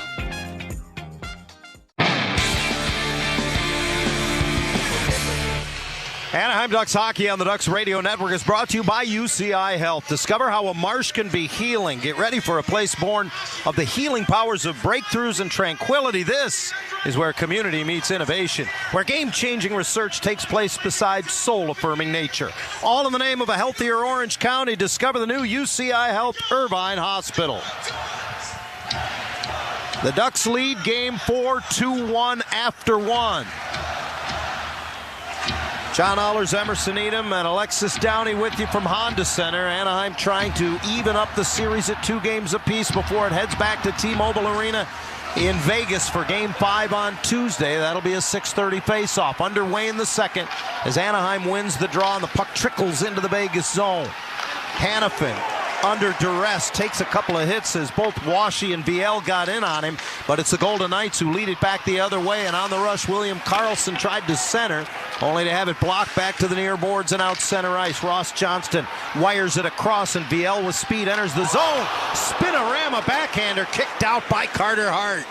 Boy, that was something. You were just talking about the contributions, Emerson, of the fourth line. If Viel finishes there, we're watching that highlight for years. Yeah, oh yeah. I mean, what a spinorama shot there, top of the circles, and it really fooled the pressure players of the Vegas Golden Knights. He's been very underrated when it comes to sustained offensive zone time. He's one of the leaders here for the Ducks. Ducks re-enter the zone, and it's sent around the boards by Terry into Leo Carlsson, and a quick one-timer And that missed the mark off the glass and out of play. A wonderful opening minute of the second period from an Anaheim perspective. And how about that bomb near side? That's where we call the trigger area. Top of the circles, right around the face-off dot lane. And how about this? With that last one draw by the Ducks, they have now won the last 6 face-offs, Johnny. I think that was the first face-off win of the game for Tim Washi, unfortunately. Lost all 4 draws in the opening period.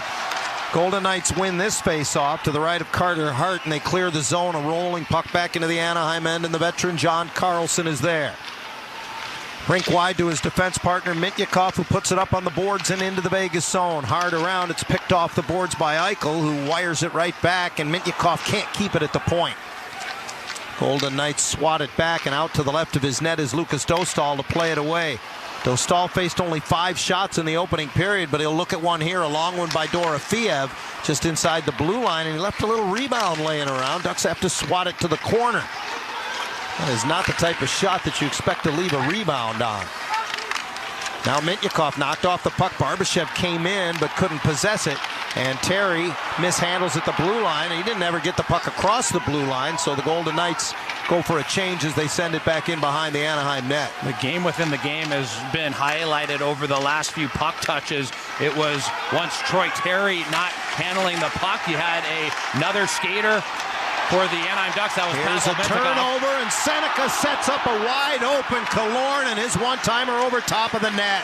That's a missed opportunity there. As the Ducks were changing, that should have been an easy out for Vegas, and they weren't able to do it. Now Dowd skates it through center into the Anaheim zone on right wing, hits the brakes. Makes a little pass back to Rasmus Anderson at the line. He just sends it across to keep it in. Ian Moore did not get it past Hannafin. He feeds the high slot, and Rasmus Anderson on a little touch pass from Dowd. Can't get it. There's a fat rebound in front, and out steps Dostal to turn away Nick Dowd. What a prime time scoring area from Dowd there. I think Lukas Dostal got the left pad on that play. What a stop. Nice play by Lacombe to deny an entry at the blue line, and now McTavish gets it deep at the other end. Gauthier delivers the hit. Puck sent right to the front of the net, and a fat rebound that Poehling couldn't get his stick free for. Gauthier comes up with it near circle. He fires, and that was blocked. Cole Smith will head the other way for the Knights. He lobs it up the right side. Carried in by Keegan Colasar, who whips it around. Hurdle trying to pick it off the left boards, had it knocked away by Gauthier, and the Ducks the other way in a hurry. Poehling across the line, drops it off for McTavish, looks, shoots. Hart gave up a rebound. It's loose there, banging away is Gauthier. Or excuse me, it's Trouba at the top of the net, or top of the crease, and he couldn't get it into the net. Boy, it's been a wild start to this second period, Emerson. Up and down we go. Yeah, and the best part about it is when the Anaheim Ducks have an opportunity to shoot the puck, they are shooting it, and boy, they are high danger scoring opportunities. Hurdle winds it around, plays still in the Anaheim zone, and Washi finally gets it and is able to lob it to center ice. McTavish goes for a change as he couldn't catch up with it. Meantime, Marner hinges it back, gets it back, and quickly sends it into William Karlsson. In behind the Anaheim goalie, centers, and Howden scores right at the top of the blue paint. It's 2-2. How did William Karlsson from behind the net get that puck out in that manner? That was a quick play and a no-looker for that matter, as Jacob Trouba was pressuring him. Howden comes right through the blue paint and slams it home.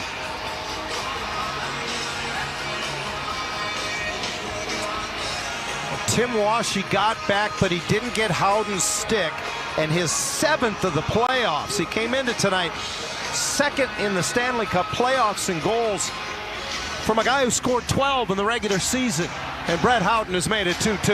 And I just use the term, Johnny, game within the game, right? It's the details. Pavel Mintyukov here, near side offensive zone blue. He couldn't hold the blue line. Puck squirts free there, and here come the Ducks. Big turnover by Carter Hart, who came out to play the puck. He's able to get back into his crease, but Terry circles the zone, hands it off to Mityukov. In the corner, Leo Carlsson shaking and baking, fakes one way, goes the other, puts it behind the net, and this is Chris Kreider. Kreider, indirect off the boards. Carlson across the top for Mintyukov. He's going to stick handle with it. Back to Carlson, top of the circle and into the middle. His pass goes through Leo Carlson. Collected by Mintyukov, who brushes it down low on the backhand, but Hanifin intercepts. And William Carlson gets to it, clearing the zone. Carlson steps up at center and knocks a pass away, and the Ducks in transition. Troy Terry across the top of the slot. Dishes to the corner to Killorn and goes to the bench for a change. Boy, Terry was in a prime shooting position, and instead he hands the puck off into the corner. Yeah, I didn't get that one. And I know he was running out of time and space there, but it seemed the player pressuring him did leave that triangle open where he could just thread it through. Icing against the Vegas Golden Knights. 14:51 to go. Second period, a 2-2 tie in Game 4 here at Honda Center between the Golden Knights and Ducks. Anaheim Ducks hockey on the Ducks Radio Network is brought to you by Western National Property Management. DucksLiving.com, your new platform to score your dream apartment. So twice Anaheim has grabbed the lead. Twice the Golden Knights have answered back in this pivotal fourth game of this best-of-7 series. Granlund beaten on the draw by William Carlson. Carlson has been a beast in the last 2 games in the face-off circle. He's 70%. Howden pitches it in behind the Anaheim goal, and Lacombe will start the other way. Granlund up the right side. Little chip pass, gets it back from Lacombe at the line and kicks it up. Tries to get it to Seneca, who entered on the left side. Now gives it to Seneca below the goal line, but that's batted away. Granlund bumps into Coghlan, and the Ducks get possession back. Trouba's one-timer from the point doesn't make it to the net. Right to Dorofeev, who quickly moves it the other way. Eichel across the line on right wing, tries to flip a little backhand pass into the middle. That was blocked. And Seneca back to center for Anaheim. Rolls off a couple of hits and now flips it back into the Anaheim zone, where a restart comes from Trouba and Lacombe. Ducks able to get it deep and get a change as the Golden Knights are quick to go up the right side with it. Eichel will lob this one in wide of Dostal. And Ian Moore is back to get it. Brett Howden tied this game up 2-2. His first assist going to William Carlson, second to Mitch Marner. Icing call against the Ducks does not meet with the approval of the paying linesman at Honda Center. And the face-off will come back to the left of Lucas Dostal. All season long, Chick-fil-A and the Anaheim Ducks want to give away free chicken sandwiches when your Ducks score 5 goals at Honda Center. Simply download the Chick-fil-A app and open the reward section before 11:59 p.m. Pacific time. Must have location services turned on and be inside Honda Center to receive the reward. Visit www.anaheimduck.com for details.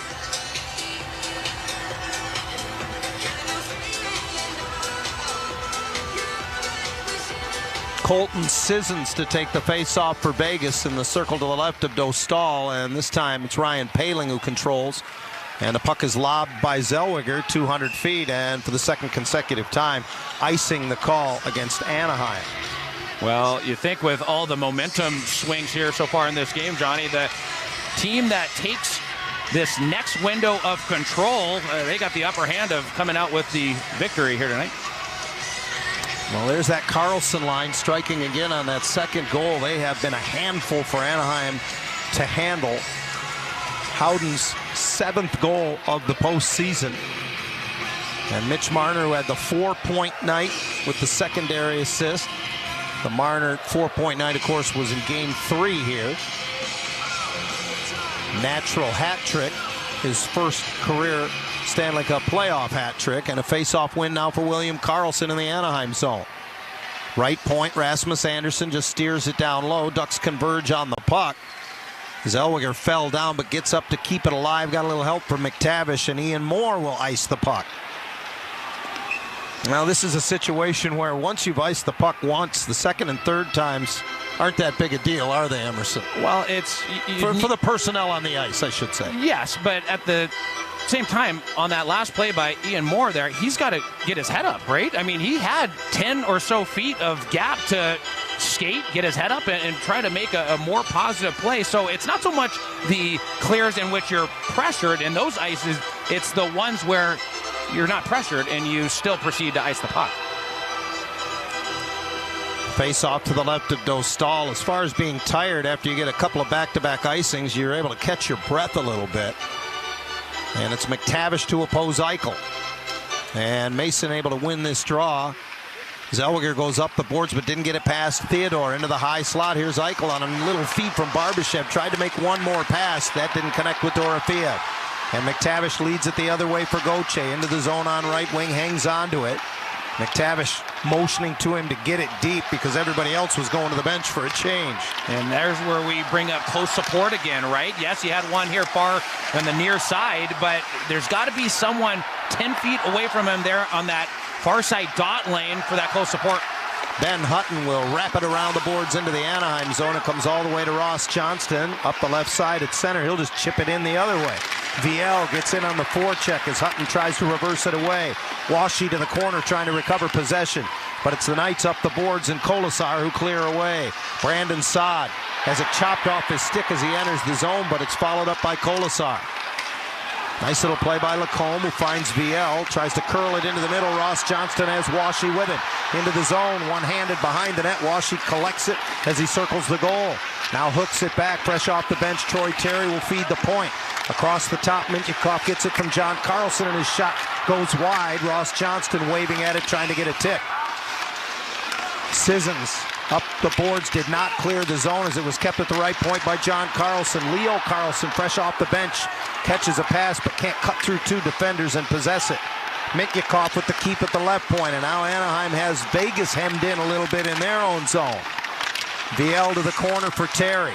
Terry reverses it. Coughlin after it, throws it up the wall. Sissons protects and goes across for Hutton, who will skate it to center. Jeffrey VL continues to impress me because if it wasn't for his patience there on the last breakout, he could have chipped it off the near side glass. He elected to kick it out to the middle support, and that started it all.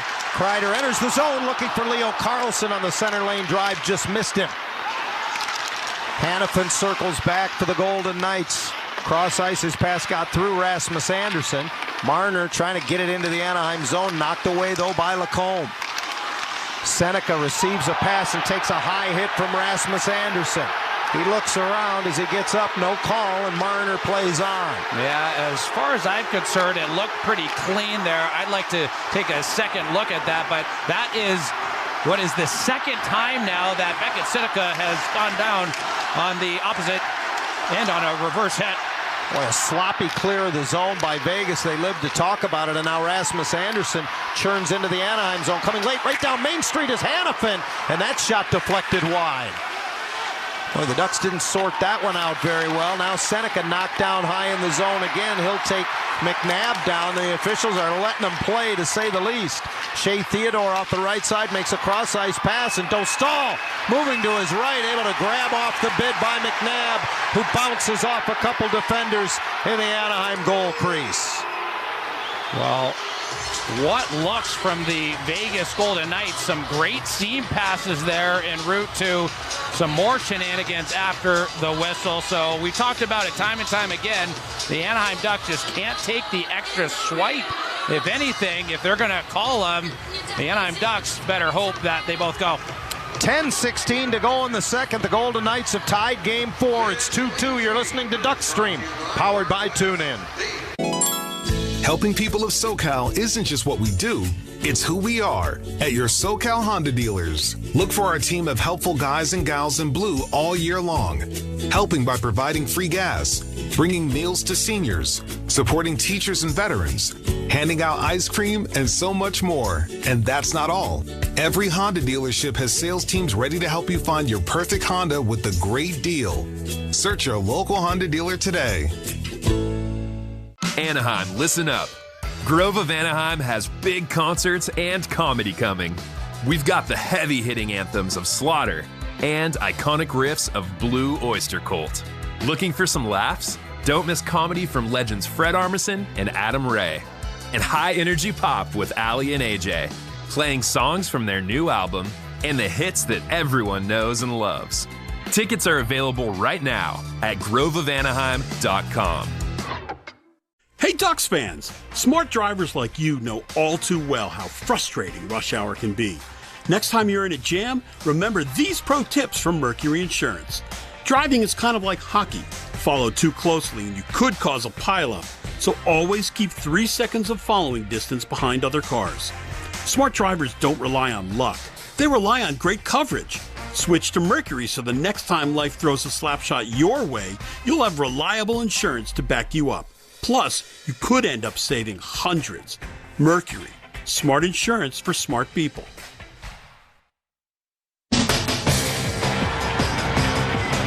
Ducks and Golden Knights tied at 2 midway through the second period of Game 4. Get your Ducks tickets at Ticketmaster, the official ticket marketplace of the Anaheim Ducks and the NHL. With mobile entry and easy transfer, you're in for every goal. Get tickets now at Ticketmaster.com/Anaheim Ducks, because when they shoot, you score only at Ticketmaster.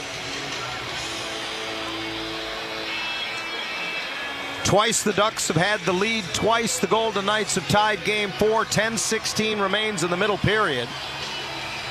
Shots 14-10 in favor of Anaheim.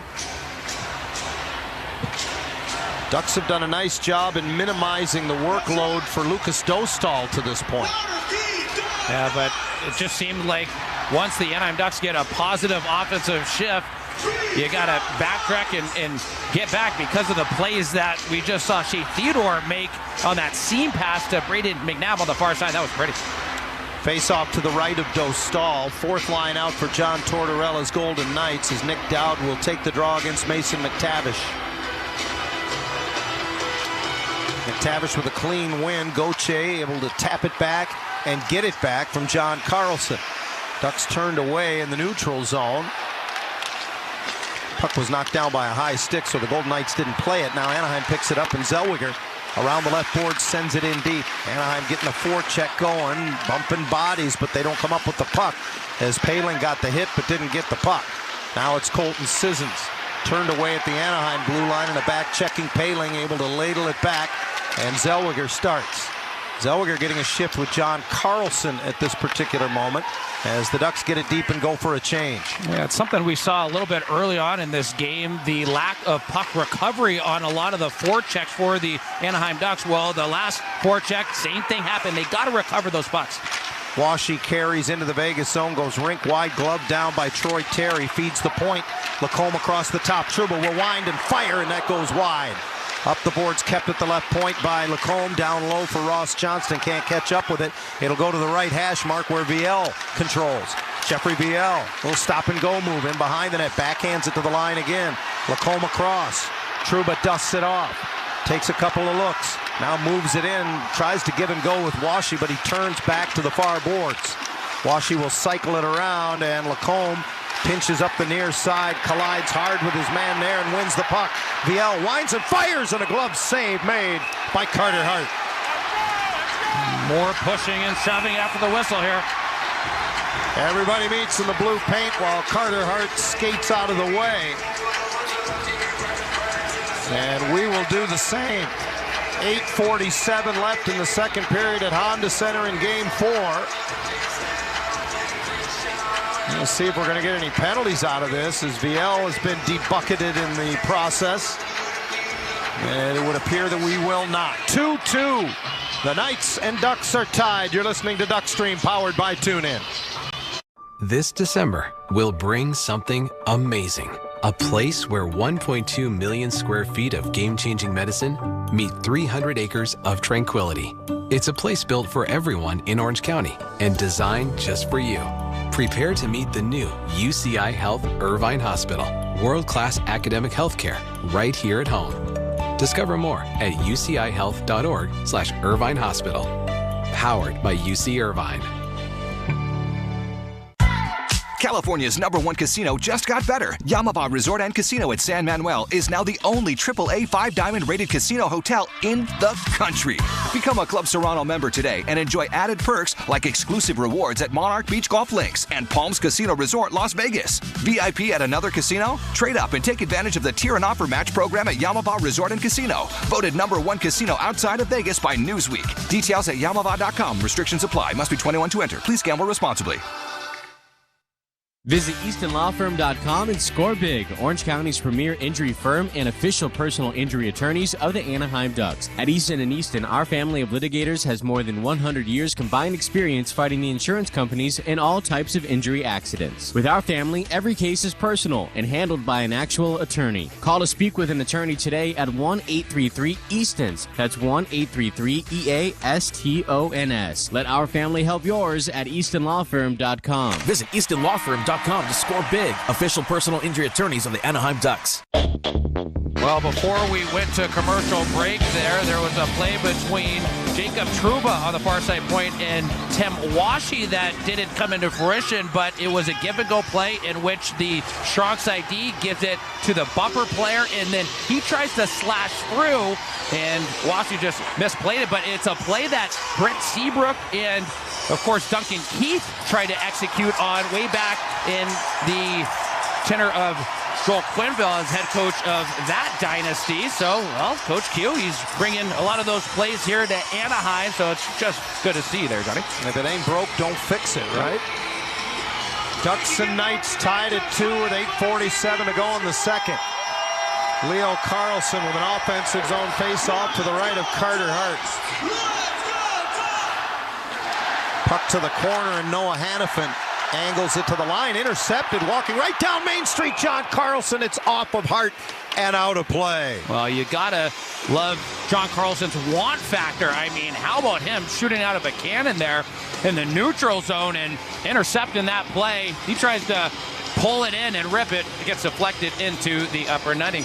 Hey, Ducks fans, looking for your next apartment home. Scoring your dream apartment has never been easier. With over 165 properties throughout Orange Country, the Inland Empire, Ventura, and LA, Western National Property Management and the Anaheim Ducks got you covered. Lease an apartment through ducksliving.com and receive the ultimate Ducks package when you move in, including 4 tickets to a Ducks game this season and an authentic Anaheim Ducks home jersey. Ducksliving.com, our new platform for finding your new apartment home.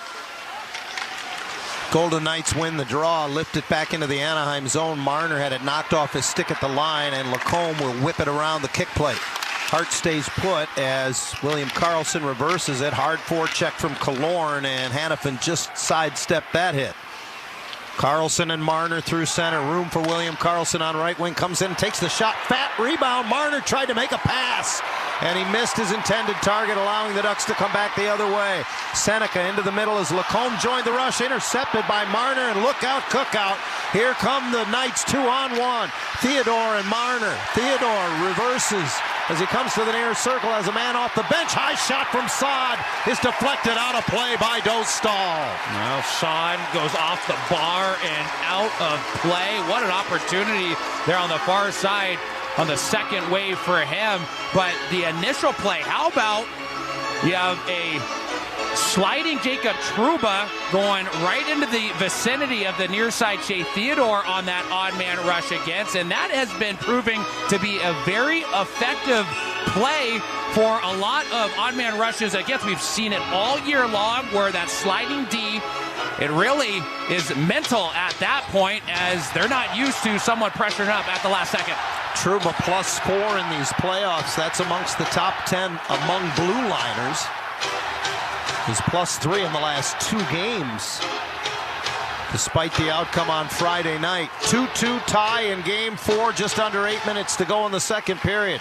Vegas wins an offensive zone faceoff. Big blast from Theodore is covered by Dostal. And again, the Golden Knights come in trying to dig it out from underneath his glove. And that draws the ire of everyone in orange. Yeah, I think Tomas Hertl was the last biggest Golden Knights skater to poke at that puck that was already frozen by Lukas Dostal. That drew the ire of the Anaheim Ducks. They didn't like that one. Anaheim Ducks hockey on the Ducks Radio Network is brought to you by Mercury Insurance. Ducks versus Golden Knights is brought to you by Mercury Insurance. Smart insurance for smart people. 7:46 left, second period. Series will shift back to T-Mobile Arena on Tuesday night for Game 5. Off the draw, Theodore walks across the top of the zone of the blue line, hands it off, and McNabb can't get his shot through. Saved at the line, though, by Theodore. McNabb tries again. Big rebound, loose. Oh, Hurdle had a crack at it, and somehow it stayed out. Well, it's one thing if the Anaheim Ducks allow him to have one crack at it, but he can't have two, and that's exactly what happened as he got that last opportunity on the far side. But again, for me, Emerson, a fairly innocuous shot off the left boards, and Lucas Dostal served up some rebounds. Now Hurdle trying to get out of the corner to the front of the net, is spun around as he got towards the net, and now Ross Johnston with VL the other way. Ross trying to backhand it to VL late as he came into the zone and pulled up inside the blue line. Lost the puck, and the Golden Knights clear the hard way. This is going to be icing as Lacombe is first to get back to it, and the Ducks faithful remembering game one with a Bronx cheer for the icing call. Yeah, no, and it's one of those things where the Anaheim Ducks, they've just allowed the Vegas Golden Knights not too many shots against, but it seems like the shots that the Vegas Golden Knights are getting are just too high danger, too on the inside, as that last one from Hurdle was. So let's see what Leo Carlson and company can cook up here on this upcoming draw to the right of Hart. Well, oftentimes it's not about the volume, it's about the quality, right? Face off to the right of Hart, and Leo Carlson will take it against Hurdle. And Hurdle continues his mastery, but up the boards, Mintyukov pinches to keep it in. His shot went off a body and across the zone. Anaheim holds the line. This time it was John Carlson, but on a second effort, the Knights clear, and Dorofeev will slide it in. He goes in on Mintyukov, who reverses it away from him. John Carlson with a little more time finds Terry. Terry hangs on to it as the back checkers skate past him, and now gives it to Carlson. His pass at center off the stick of Leo Carlson deep into the Vegas zone. Noah Hannafin turns up the boards. Terry knocks it down, and now it gets through him. And Colton Sissons is able to clear for Vegas. Yet another lack of puck recovery, right? And that was a pinpoint deflection on that stretch pass from Leo Carlson to perfectly put that puck in a position to get it back, and they still can't. You can hear the fans reacting to a encounter behind the plate. Terry and Rasmus Anderson were doing battle at the far blue line. Now Granlund brings it in on right wing for Seneca. His shot stopped by Hart. Boy, he just kept that pass moving, swept it all in one motion, and Hart way out to cut the angle. And I don't know if the stick from the back checker got in the midsection of Seneca, voiding him of that shot, but boy, that was close. Howden wins a 50-50 puck in the Anaheim zone as he pushed Lacombe off the puck. Pops into the middle of the ice, and pouncing on it is Mikael Granlund for Killorn across the line on right wing. Killorn hits the brakes, looking for a trailer, instead down low to Granlund. Granlund got it in front, and chopping at it was Seneca. It went off a Vegas skate and came right to the top of the crease. Marner will carry back and loft it into the Anaheim zone. A little alley-oop that'll be tracked down by Lacombe. Stretching it with the Knights changing, but Coghlan steps in front of Seneca to keep it from going the other way. Cole Smith unable to get it into the Anaheim zone, and Seneca taken down by Coghlan, followed up by Washy, who gets it in deep. And now Coghlan and Seneca get engaged. Meantime, play goes on.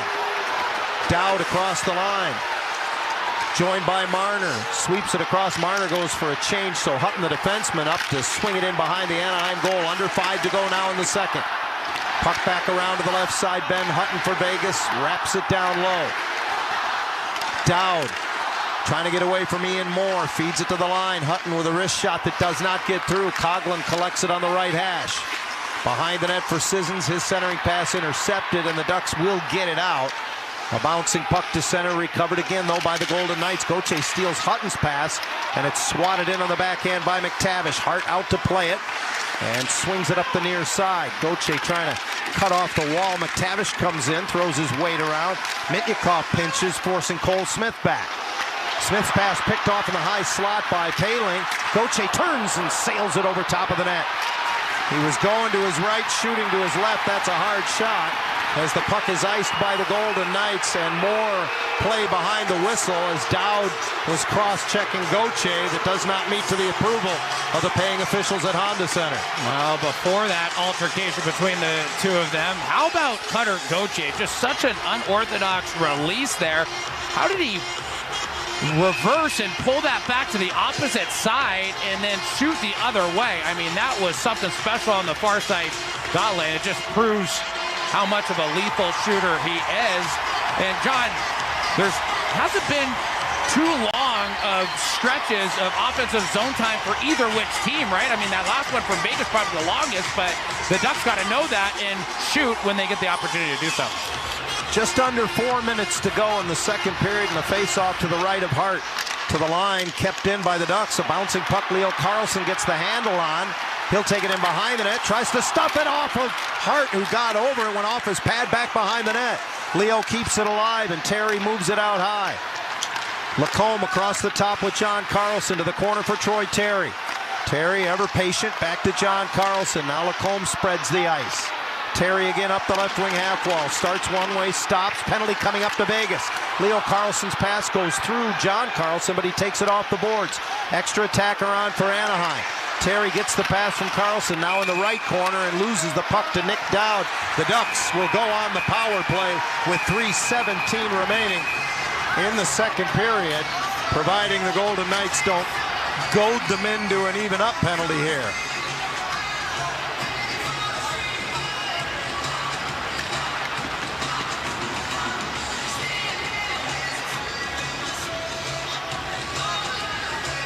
Well, let's hear the call from the referee. Vegas penalty 22, 2 minutes slashing. It's Cole Smith. He's their penalty minute leader, and you talked about this where Anaheim's fourth line is concerned. It's hard to take penalties, Emerson, if you're a fourth line player. No, oh yeah, it fits within the realm that we talked about. Guys that can't take penalties. Tied at 2, Anaheim on the power play when we return. You're listening to Duckstream, powered by TuneIn. Hockey's not just a game. It's a clash of sticks. It's sprays of ice and crazy saves. It's slap shots and the scrape of blades. It's an endless series of touch-and-go moments that make you feel alive. Through the highs and lows, you march your way down the long road to the playoffs alongside your team, with your jersey on and your heart on your sleeve, because they couldn't do it without you. And when you're there for your team, the NHL store is there for you. Check out the largest selection of official NHL gear at NHLShop.com. A Fanatics experience. NHL fans, give yourself some great looks this season and get Anaheim Ducks tickets at Ticketmaster. As the official ticket marketplace of the Anaheim Ducks and the NHL, Ticketmaster has a wide selection of tickets available for every game, so you can catch all the action live all season long. If your plans change, you can sell or transfer your tickets, and mobile tickets make it easy to get into the arena in time for puck drop. With Ticketmaster, you'll ensure that when they shoot, you'll score. Get tickets today at Ticketmaster.com/Ducks.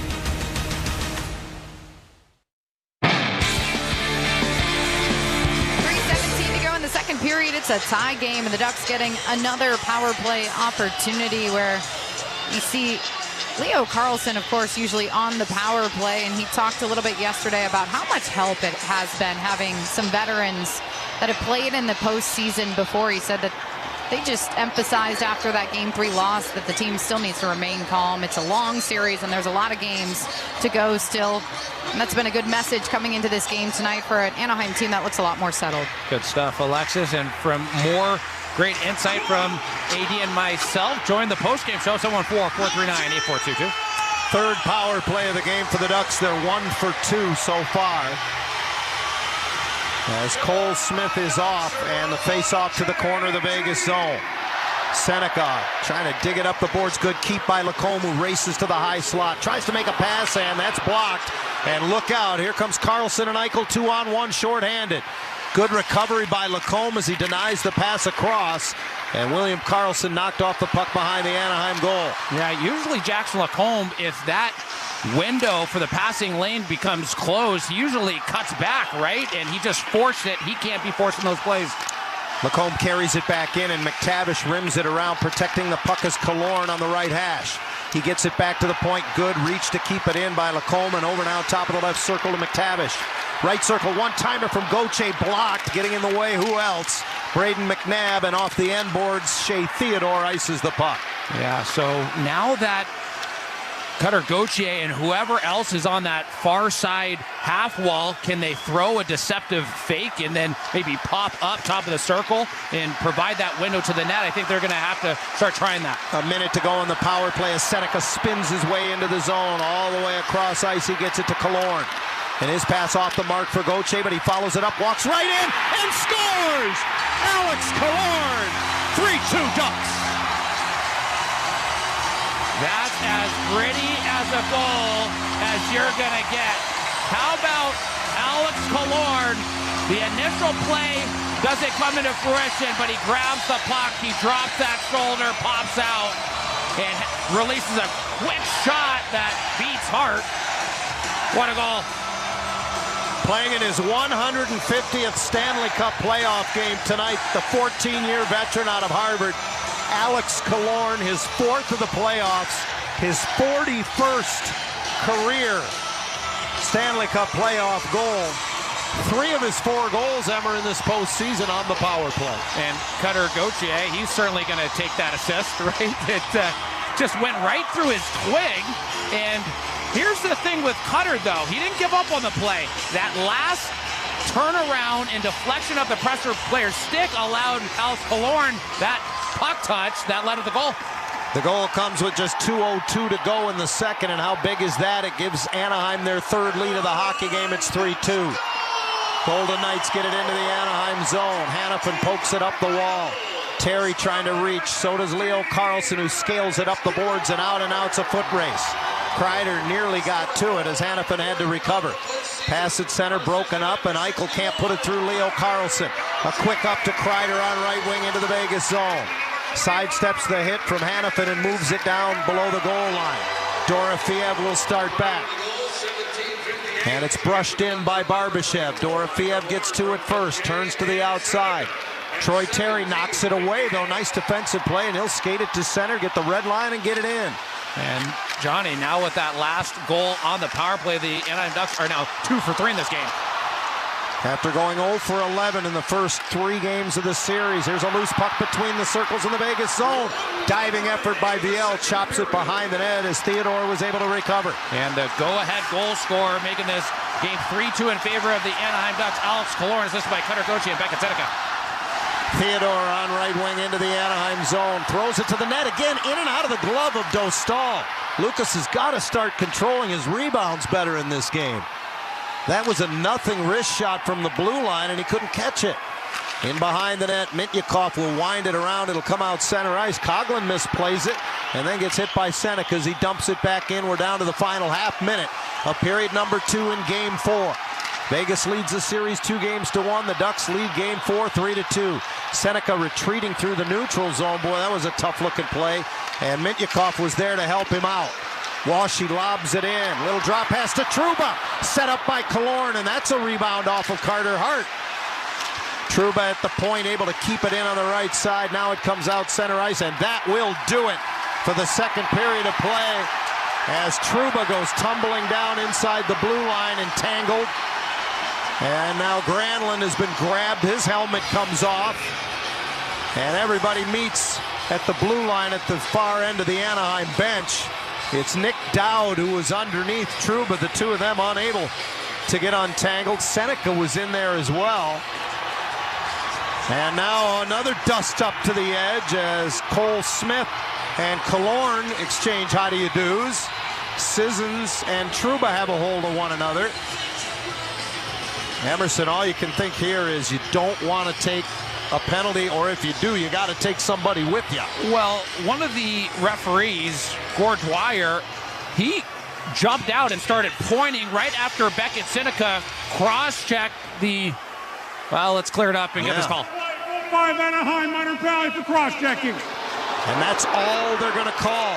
So at the 20-minute mark of the third period, Seneca goes for a cross-check, and he did not get his money's worth. Taking a look there at the replay on the big board above center ice. John Carlson talking to the referee about it. He does not like it. Anaheim Ducks hockey on the Ducks Radio Network, brought to you by Yamava Resort and Casino. Play at Yamava Resort and Casino at San Manuel. UN. So the Ducks, with a late power play goal in the second, regain the lead through 40 minutes of play. Now on top by a count of 3-2. But quite a development, Emerson, the penalty going against Seneca here at the end of the period. Well, I didn't want to come out and say it, but I had a bad feeling that that's what was going to transpire. Yeah, it was Seneca. They were shoving back and forth, him and Dowd, and it was that last blow. It was the cross-check. It almost went over him, missing him. I was going to say, he tried to cross-check him, but I'm not sure he did. Yeah, well, the momentum of his body pushed him right on top of Dowd as they both went down to the ice. So that was a tough break, but it just goes to show, right? You just got to skate away. It'll be fresh ice for that Vegas power play, and they are 1 for 1 on the night to begin the third period of play. What a critical juncture in the game it will be. The Ducks lead Game 4 after 2 periods of play over the Vegas Golden Knights by a score of 3-2. They trail in the series 2-1. You're listening to Duck Stream, powered by TuneIn. Confidence is knowing you're ready to handle whatever comes your way. That's what it feels like to take on your workday with Cintas. They make sure your AEDs are up to date, your fire extinguishers are tested and inspected, your floor mats are cleaned and delivered, and your workwear looks good, feels good, and is freshly laundered with the Cintas Apparel Plus program. So are you ready to take on today? Visit Cintas.com and get ready for the workday. She was the sister who went unnoticed. A daffodil might look plain next to a lily, but on its own there is much to be admired. Now her greatest chapter is yet to come. The most important thing is to be yourself. From the world of Jane Austen's Pride and Prejudice comes a new BritBox original drama, Mary, you will flourish. Based on the best-selling novel, The Other Bennett Sister, now streaming only on BritBox. Watch with a free trial at BritBox.com. Order for Jennifer C. Is this my double shot, double cream, double froth, double pump, double whip, double sleeve? Yeah. Can you handle that much caffeine? Did you know Discover automatically doubles all the cash back you've earned at the end of your first year? Oh, really? That's great. Seriously, did you know Discover automatically doubles all the cash back you've earned at the end of your first year? Yeah, you just said that. Did you say I just said that? Yeah, I'm cutting you off. I can't have any more? Why not? You earn, we match. Discover Cashback Match. See terms at discover.com/creditcard. The best way to follow the Stanley Cup playoffs is here. The NHL app is your place to get every highlight from every game of every series. Behind-the-scenes playoff content you won't get anywhere else. The most NHL Edge advanced stats, keeping you up to date from round 1 through the Stanley Cup final. When it comes to following the playoffs, don't settle for anything less. The Stanley Cup playoffs are better on the NHL app. Visit EastonLawFirm.com and score big. Orange County's premier injury firm and official personal injury attorneys of the Anaheim Ducks. At Easton & Easton, our family of litigators has more than 100 years combined experience fighting the insurance companies in all types of injury accidents. With our family, every case is personal and handled by an actual attorney. Call to speak with an attorney today at 1-833-EASTONS. That's 1-833-EASTONS. Let our family help yours at EastonLawFirm.com. Visit EastonLawFirm.com to score big. Official personal injury attorneys of the Anaheim Ducks.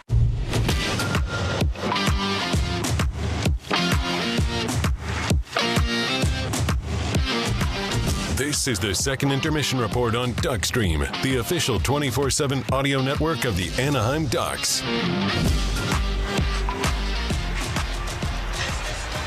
The second intermission report is brought to you by UCI Health. The new UCI Health Irvine will bring coastal and South Orange County unparalleled expertise, leading-edge treatments, and the finest evidence-based care that only an academic health system can offer. Discover more at ucihealth.org/Irvine Hospital.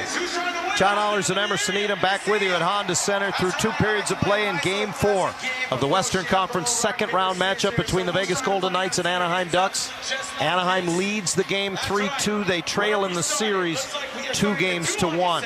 Emerson, impossible to ignore the impact of the Anaheim power play in this hockey game. Well, they now sit at 2 for 3. I mean, how about that for just percentages? And both maybe not traditional power play goals when you think of maybe tic-tac-toe passing leading up to a goal. Yes, Alex Killorn's pass to Beckett Sinica for the first one on the power play. That was more of a routine dish prior to a goal, but you don't really prepare for plays that transpire from Alex Killorn for the second power play goal, right? I mean, it was a failed pass. It was a broken play. Yeah, it was a broken play. It takes a strange bounce, and I was shocked. I mean, I was just as shocked as you as Cutter Gauthier not being able to receive that puck there. It just seemed like a routine pass, but good on Alex Killorn, right? Following it up, not being satisfied and not just sitting back and watching that play develop. No, he goes for close support.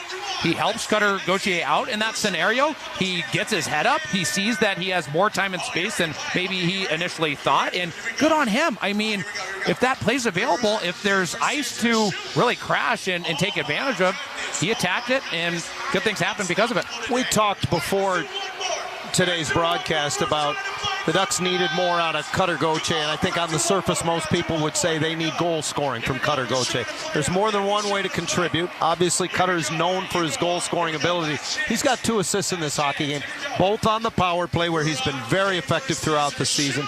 Both he and Beckett Seneca, 2 of the young cornerstones of this franchise with 2-point games, as Seneca also with a goal and an assist. Well, I just think, and just listening to you call each play, each pass, Johnny, you're saying Cutter Gauthier's name more here in this game, right? Which is what Joel Quenneville wanted. Yes, he's more in the action. He's more in the thick of it. The puck is finding him more. He's getting more puck touches here. Even he got that one-time opportunity there blocked by McNabb on the far side, right? But he attempts to regain possession and fight to retrieve that puck yet again. So it's not whether his shots even get through. It's just the simple fact that he's there. He's present. He's getting to that dead spots, and his teammates are finding him. So good on him for just being around the pucks in those moments in time. And revisiting that new third D pair for Joel Quenneville tonight with Olin Zellweger and Ian Moore. Not a whole lot more ice time for Ian Moore in that second period. He played a little under 3 minutes. But for Olin Zellweger, he plays a little more than 4 minutes, ends up a +1. After that second period of play. I mean, I know when it comes to a veteran coach and young players, you got to earn that trust. And it looks as if Joel Quenneville and Ryan McGill, the assistant coach who handles the defense, are easing the 2 of them in. Well, as far as Olin Zellweger and his defensive game, how about him getting in the shooting lanes, right? 2 block shots, right? So that's making a positive impact on the game. When I think of tonight's performance for Olin Zellweger, it seems as if he is collecting a lot of these passes with speed. He has done a great job, and that's his game, but I see him flying through the neutral zone as we typically see him doing, but I think he's just moving his feet well. I think he wants the puck. He wants to get in on a lot of the plays, and guys are finding him. So it becomes that same thing we talked about earlier. If he's going to go, we need to know that anchor for him, his D partner, Ian Moore, is going to be on the back end in case breakdowns happen. Real quickly, I've been a little critical of Lucas Dostal so far in this game because of his rebound control. The Ducks are going to need him to be better in the third period, in my estimation. Your thoughts? No, I couldn't agree more, right? The one of the goals deflected off his glove earlier, and the Vegas Golden Knights cashed in, and Dorofeev there earlier, I mean, he tracked towards the blue paint, cashed in there. It just can't happen. Near side here, there was a long bomb of a shot that popped out as well, so I couldn't agree more with you. He's got to just stay calm, cool, and collective better in those types of moments, because it's not just the shots coming in on the inside. That last one I'm referring to came from way downtown, so yeah, he's got to track it better, maybe a little bit of jitters, a little bit of nerves, but we know Dosty, as he always does, he's going to shore him up. Quick check of the numbers. Vegas having another strong night in the face-off circle. They've won nearly 2/3 of the draws through 2 periods of play. We'll keep an eye on that. And again, going back to Dostal, he's faced only 12 shots. Anaheim, again, has possessed the puck. They've played well defensively in front of him as they're out shooting the Vegas Golden Knights through 2 periods of play. 18-12. This series will move to Vegas for Game 5 on Tuesday. It'll be a 6:30 face-off. Join Wild Wing, the power players, at Honda Center this Tuesday night to watch Game 5 against the Golden Knights from T-Mobile Arena. You'll be able to enjoy food and drink specials and stock up on playoff gear. Admission is free, the price is right, and open to all Ducks fans. Redeem your ticket now at AnaheimDucks.com/watch parties. Right now, the task at hand is Game 4. The Ducks trail in the series 2-1, but they lead this contest after 40 minutes of play by a score of 3-2 over the Vegas Golden Knights. Vegas will begin the third period on the power play. You're listening to the Intermission Report, brought to you by UCI Health. The best new cars. Honda. Make the best pre-owned cars. Honda certified pre-owned vehicles. Get the best value with Honda certified pre-owned vehicles. Honda backed with a 7-year, 100,000-mile warranty at your helpful Honda dealers. Plus, every certified pre-owned Honda goes through a 182-point inspection and is reconditioned like new by factory-trained technicians with genuine parts. To save on certified pre-owned Hondas, search your local Honda dealer today. NHL fans, give yourself some great looks this season and get Anaheim Ducks tickets at Ticketmaster. As the official ticket marketplace of the Anaheim Ducks and the NHL, Ticketmaster has a wide selection of tickets available for every game, so you can catch all the action live all season long. If your plans change, you can sell or transfer your tickets, and mobile tickets make it easy to get into the arena in time for puck drop. With Ticketmaster, you'll ensure that when they shoot, you'll score. Get tickets today at Ticketmaster.com/Ducks.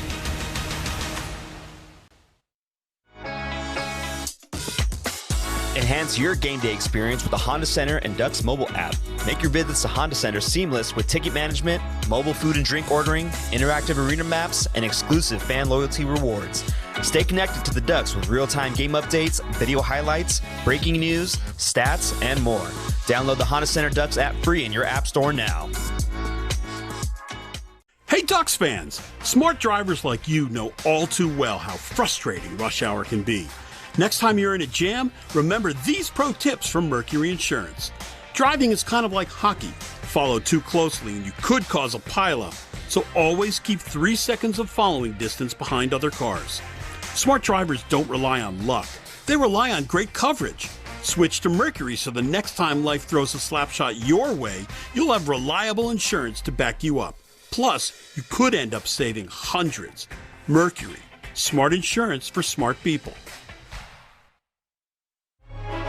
Invite all your favorite people to the next Ducks home game at Honda Center. Host your guests in a private suite, and the memories you'll create with them will last a lifetime. Amenities include comfortable space for anywhere from 15 to as many as 40 friends, a hefty food and beverage credit, access to all the amenities at the club level, reserved parking, and much more. For inquiries, visit hondacenter.com/rental suites.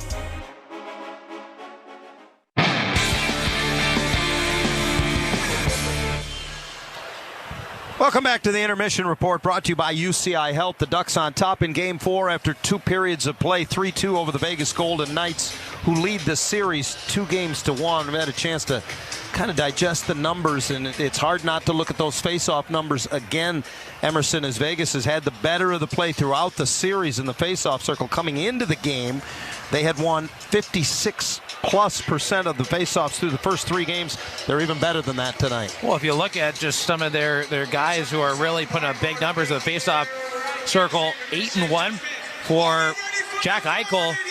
89% win percentage. That is just lights out. And 5-1, good for 83% win percentage is Tomas Hertl. Those are 2 guys that aren't even close to the 500 mark on draws. They are absolutely taking over. A lot of people think that it is solely the centerman's job to slap those pucks back. Well, sometimes if you can win them back clean, but there's a lot of 50-50 puck battles, right? Where, well, both team centermen are tying up. That's when you need that winger support, right? You need either the winger support to set picks off of cleanly won draws, or if there's puck battles, 50-50 support, you need to get in there and help your centermen win those pucks back. So that's going to be the key here moving forward. And it goes a long way on the power play as well, and Vegas will begin the 3rd period on the power play. The Ducks on top after 2 in Game 4. 3-2 is our score. You've been listening to the Intermission Report, brought to you by UCI Health. You're listening to Duckstream, powered by TuneIn. This December, we'll bring something amazing. A place where 1.2 million square feet of game-changing medicine meet 300 acres of tranquility. It's a place built for everyone in Orange County and designed just for you. Prepare to meet the new UCI Health Irvine Hospital. World-class academic healthcare right here at home. Discover more at ucihealth.org/Irvine Hospital. Powered by UC Irvine. Get ready, Anaheim. Big concerts are coming. At Honda Center, sing along with Demi Lovato and 5 Seconds of Summer, who are bringing can't-miss nights of big energy. Ready to get loud? Godsmack brings the Rise of Rock World Tour to the stage at Honda Center. Thomas Rhett is adding country flavor to Orange Country. And Somber, a powerhouse rock show, is coming to shake the arena. Tickets are available now at HondaCenter.com. You did it again. You made us #1 in USA Today's 10 Best for the 3rd year in a row. You voted Yamava Resort and Casino at San Manuel the best casino outside of Las Vegas for the 3rd time. And Yamava Resort grabbed a first-time win as the best casino hotel. Enjoy the winning atmosphere at one of more than 150 gaming tables, more than 7,400 slot machines, and 5 high-limit rooms. That's not all. Grab a bite at the Pines Modern Steakhouse, voted the best casino restaurant for the 3rd year in a row. You in? Details at Yamava.com. Must be 21 to enter. Please gamble responsibly. Hey, Ducks fans! If you're looking for your next apartment home, scoring your dream apartment has never been easier. With over 165 communities throughout Orange County, the Inland Empire, Ventura, and LA, Western National Property Management and the Anaheim Ducks have you covered. DucksLiving.com, our new platform for finding your new apartment home.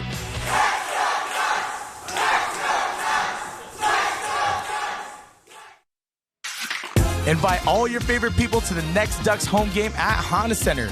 Host your guests in a private suite, and the memories you'll create with them will last a lifetime. Amenities include comfortable space for anywhere from 15 to as many as 40 friends, a hefty food and beverage credit, access to all the amenities of the club level, reserved parking, and much more. For inquiries, visit HondaCenter.com/rental suites.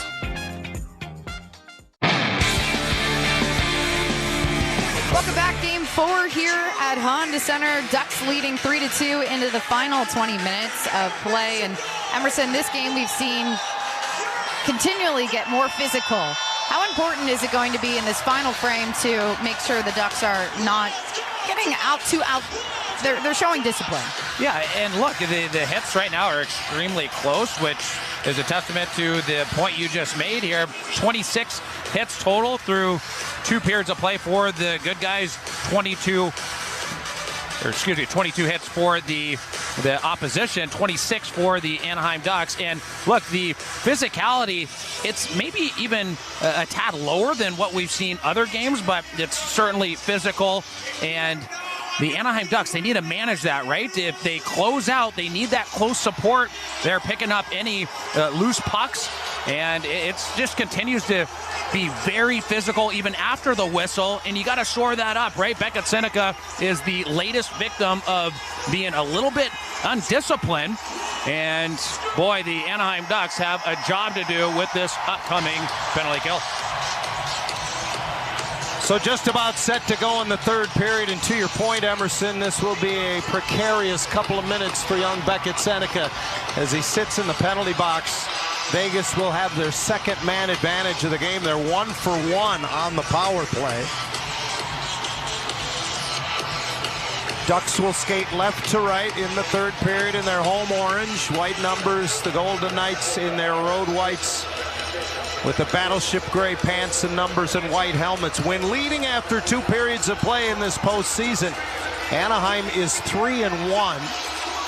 They have outshot their opponents in each of the last 7 postseason games, and they have an 18-12 shot advantage to this point. Including the regular season, Emerson, when allowing 2 goals or less, Anaheim is 24-2-1. Goals have been at a premium in this series for the Ducks, including tonight. They've scored just 9 goals in 4 games. We've talked throughout the year about the one thing this team can do is score goals. It hasn't come easy against the Vegas Golden Knights. No, and I've always felt that even since the start of the regular season, this Anaheim Duck team is always better when their backs are up against the wall. Underway in the 3rd, off the draw, Hurdle able to get it to the boards, and Vegas controls. Eichel right through the middle of the ice and into the Anaheim zone. Chips it ahead for Dorofeev. Sharp angle shot kept out by Dostal, who pokes it to the corner. Recovered by the Golden Knights, and Theodore out high. Takes a look to his left. It's Eichel, and they pressure him a little more now to Theodore, looking for a tip from Marner. Didn't get it to the far post in the Anaheim net. Recovered again, though, by the Golden Knights, and Marner directing traffic from behind the net. One-timer from Theodore, fought off by Dostal. Kept at the line. No, it was not by Theodore, and the play is deemed offside. That was close. Well, that was close for sure, but how about the glove save by Lukas Dostal, right? Yet again, it hits off of his glove, and then it pertains to pop out. And so I noticed that. And then, Johnny, I also noticed that pressuring was a lot more of Jack Eichel. And that exactly was what you had talked that about. was from Ryan Poehling. So maybe that's going to be a consistent theme here moving forward. Yeah, he had the puck once on the half while Poehling went right at him. Face off in the neutral zone, controlled by the Golden Knights, and they'll restart from back in their own end. Eichel hands it off and gets it back from Shea Theodore.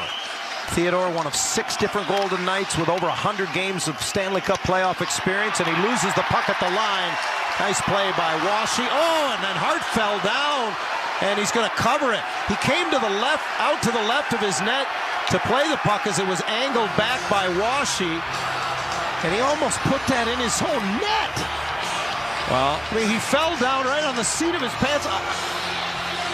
Wow, that would have been the definition of a bounce. Well, he played it off quite well. I mean, he didn't bat an eye. He just stayed on his behind and corralled that puck right into his glove. And Tim Washi came in and almost showered him when he stopped there at the net, which drew the attention of Tomas Hertl and another Vegas Golden Knights player. They didn't like that after the fact. Carter Hart reminded me of a cat when they fall off the back of your couch. He got up and said, I meant to do that. I'm not a cat guy, and maybe that's one of the reasons why, Johnny. I've seen a cat fall off a couch and act like they meant to do it. Like you said, Hart from the seat of his pants just used the paddle of his stick to bring that puck in between his legs and then scoop it with his glove like that was the way he meant all along. As cool as a cucumber. Golden Knights able to regain the Anaheim zone. Dorofeev in the corner, tries to center, knocked away, but to the line. Theodore with the keep. 35 seconds left in the power play. Eichel along the left wing half wall. He's given room again right on the doorstep for Marner. Mishandles it, and a little rebound that Poehling tried to skate away with, and he had it stripped off his stick. Mintyukov tackled in the corner, can't get the puck out. Killorn reverses behind the net, and Trouba goes hard off the wall and out. What a collective effort there, far side corner. There was 3 Ducks skaters pressuring the Vegas Golden Knights en route to that Trouba clear there. And oh, Johnny, there's no question that this is a way more aggressive penalty kill for the Ducks. Rasmus Andersson winds it around the boards and in as the penalty to Seneca expires, and the Ducks come back. Washi able to get it out center ice, and Howden will turn with it and flip it in on the backhand. Looking around is John Carlson as he collects it down low, and he just gives it away to Howden into the slot. Hannafin's shot blocked to the corner. Wow, miscommunication by the Ducks there. Barbashev winds it back around to the right wall, and Anderson with a short little pass to Howden. Open left point is Hannafin. Winds and fires just wide around the boards and out. Yeah, Hannafin was trying to target William Karlsson, who was backdoor, and he had the openness of his blade there, perfectly pinpoint. Almost got contact with that puck. Puck lifted to center. Ducks steer it back in. Kreider cuts it off on the return up the boards and battles Dowd and wins the puck. Leo Carlsson for Terry down low. Good job by Troy to keep possession of the puck. Comes back up the boards. Hooks it back for Carlsson. Out of the line, open Trouba. Dusts it off, and his shot off the leg of Colton Sissons and wide. Recovered by Leo Carlsson. Quickly to the line for Lacombe. Lacombe wanted to give it back to Leo. Instead goes up the boards, but does not connect with Trouba. Dowd moves it ahead, and Barbashev plays it through neutral ice. Full control for Trouba, who retreats into his own zone. Third period of Game 4 at Honda Center. The Ducks on top 3-2 over Vegas. Cutter Gauthier gallops into the Vegas zone, lets it go. Came off the end boards to the near side after it went wide, and McTavish has it. Mason McTavish feeds the right point. Ian Moore across the top. Zellweger got a shot away, but off a leg, it's wide. Recovered in the far corner by Gauthier. Open right point, Ian Moore. Rolling puck. He scores! Ian Moore shot a rolling puck. It's 4-2. Well, Johnny, you continue to ask me how Olin Zellweger and Ian Moore are faring in this game. How about how Ian Moore's faring now? What a blast, near side point. That was a C&I shot. Great traffic. What a goal. And now the Anaheim Ducks are really commanding this game. I was once told, Emerson, always shoot a rolling puck. It was rolling. By the time he pulled the trigger, it was fluttering. Paling was in the crease, but I think this is going to be Moore's goal. Well, not only was Paling there, but you also had McTavish right in that bumper area. Dead Slinner in the slot, and he's also in a good position. So for the first time in the game, the teams are separated by more than a goal. Anaheim leads game 4-2.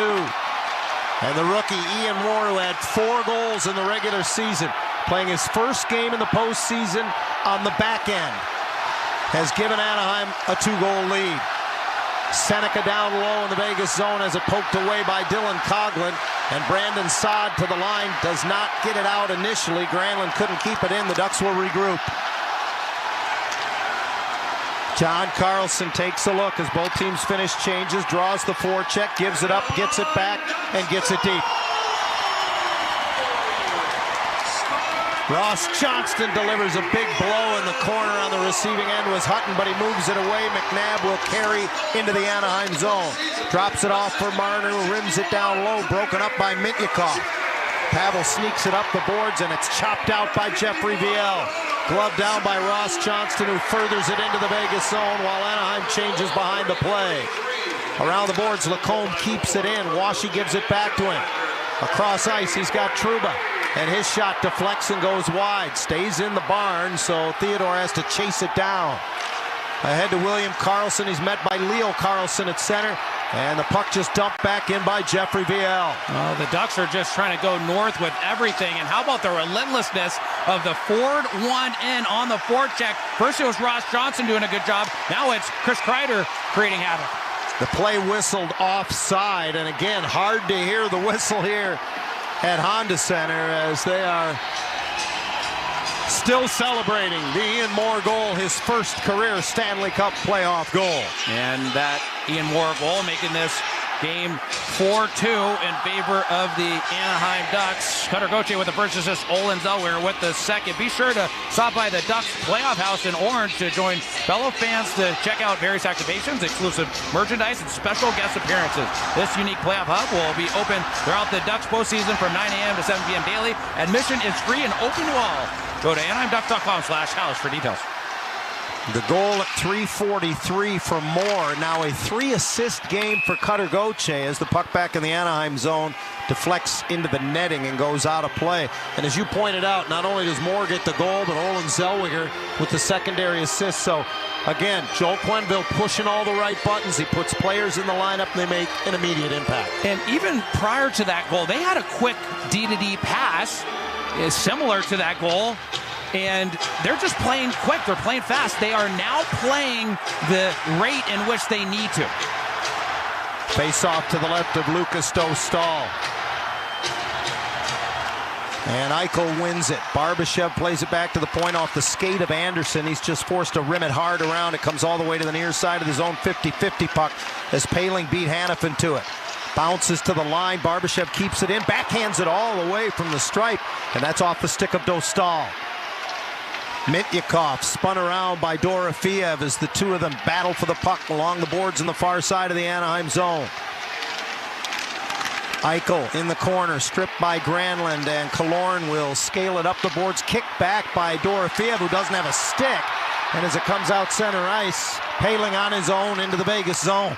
And you want to do maybe anything but that, right? You just want to flip that into the corner if you have to. So you got to shore up those types of giveaways in those types of areas. Fourth line out for John Tortorella, and Nick Dowd separated from the puck as he enters the zone.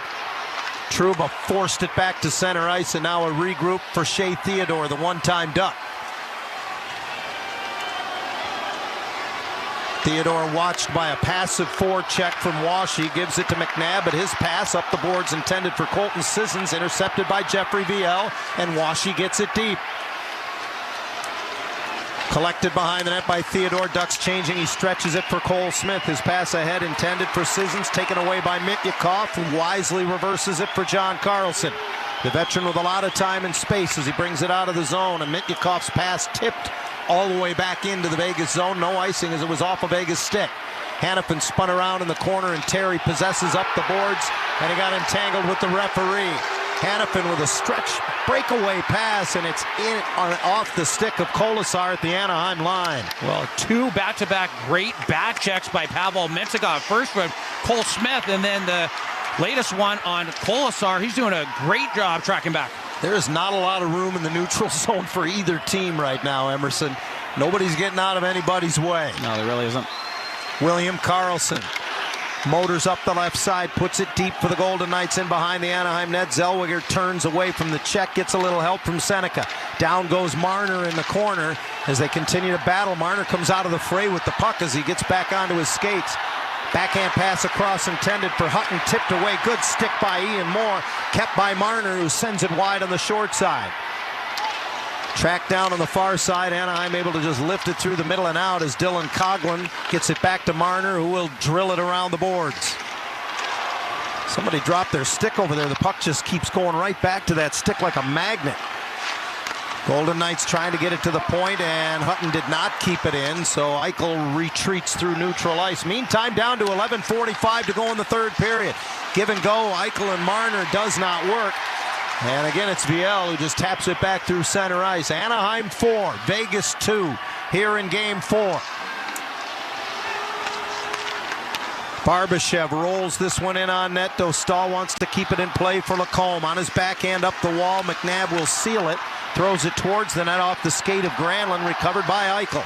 Jack Eichel tries to feed the line, and a good stick from Viel again deflects the puck to center ice. Well, the Ducks need to command these pucks a little bit better. They're starting to play hot potato a little bit, so when they get it, they're just flinging it north, but it's into no man's land, and Vegas each and every time is collecting that puck and maintaining a lot of control here the last few shifts. Yeah, Anaheim receiving the game a little bit right now, in part because of the scoreboard. Ian Moore gets one behind the Anaheim net, draws the forecheck and moves it around the wall, and the Ducks to center. Here's McTavish into the zone. He's got a trailer. Gauthier coming in, and he had a little trouble handling it, but he keeps possession. He was hooked. Penalty coming up as McTavish's one-timer is kept out by Hart, but the Ducks are going to go back on the power play as Gauthier, hooked on that rush, draws the penalty. And Anaheim, with a 2-goal lead in a game in which they already have 2 power play goals, is going to have the extra man. Yeah, I think it's going to be Rasmus Andersson who's going to go to the sin bin here. But let's get some clarification here. Vegas penalty number 4, 2 minutes, okay. The Ducks lead Game 4, 4-2, 10:38 to go. They'll be on the JMG power play when we return. You're listening to Duckstream, powered by TuneIn. This December, we'll bring something amazing. A place where 1.2 million square feet of game-changing medicine meet 300 acres of tranquility. It's a place built for everyone in Orange County and designed just for you. Prepare to meet the new UCI Health Irvine Hospital. World-class academic healthcare right here at home. Discover more at ucihealth.org/Irvine Hospital. Powered by UC Irvine. Enhance your game day experience with the Honda Center and Ducks mobile app. Make your visits to Honda Center seamless with ticket management, mobile food and drink ordering, interactive arena maps, and exclusive fan loyalty rewards. Stay connected to the Ducks with real-time game updates, video highlights, breaking news, stats, and more. Download the Honda Center Ducks app free in your app store now.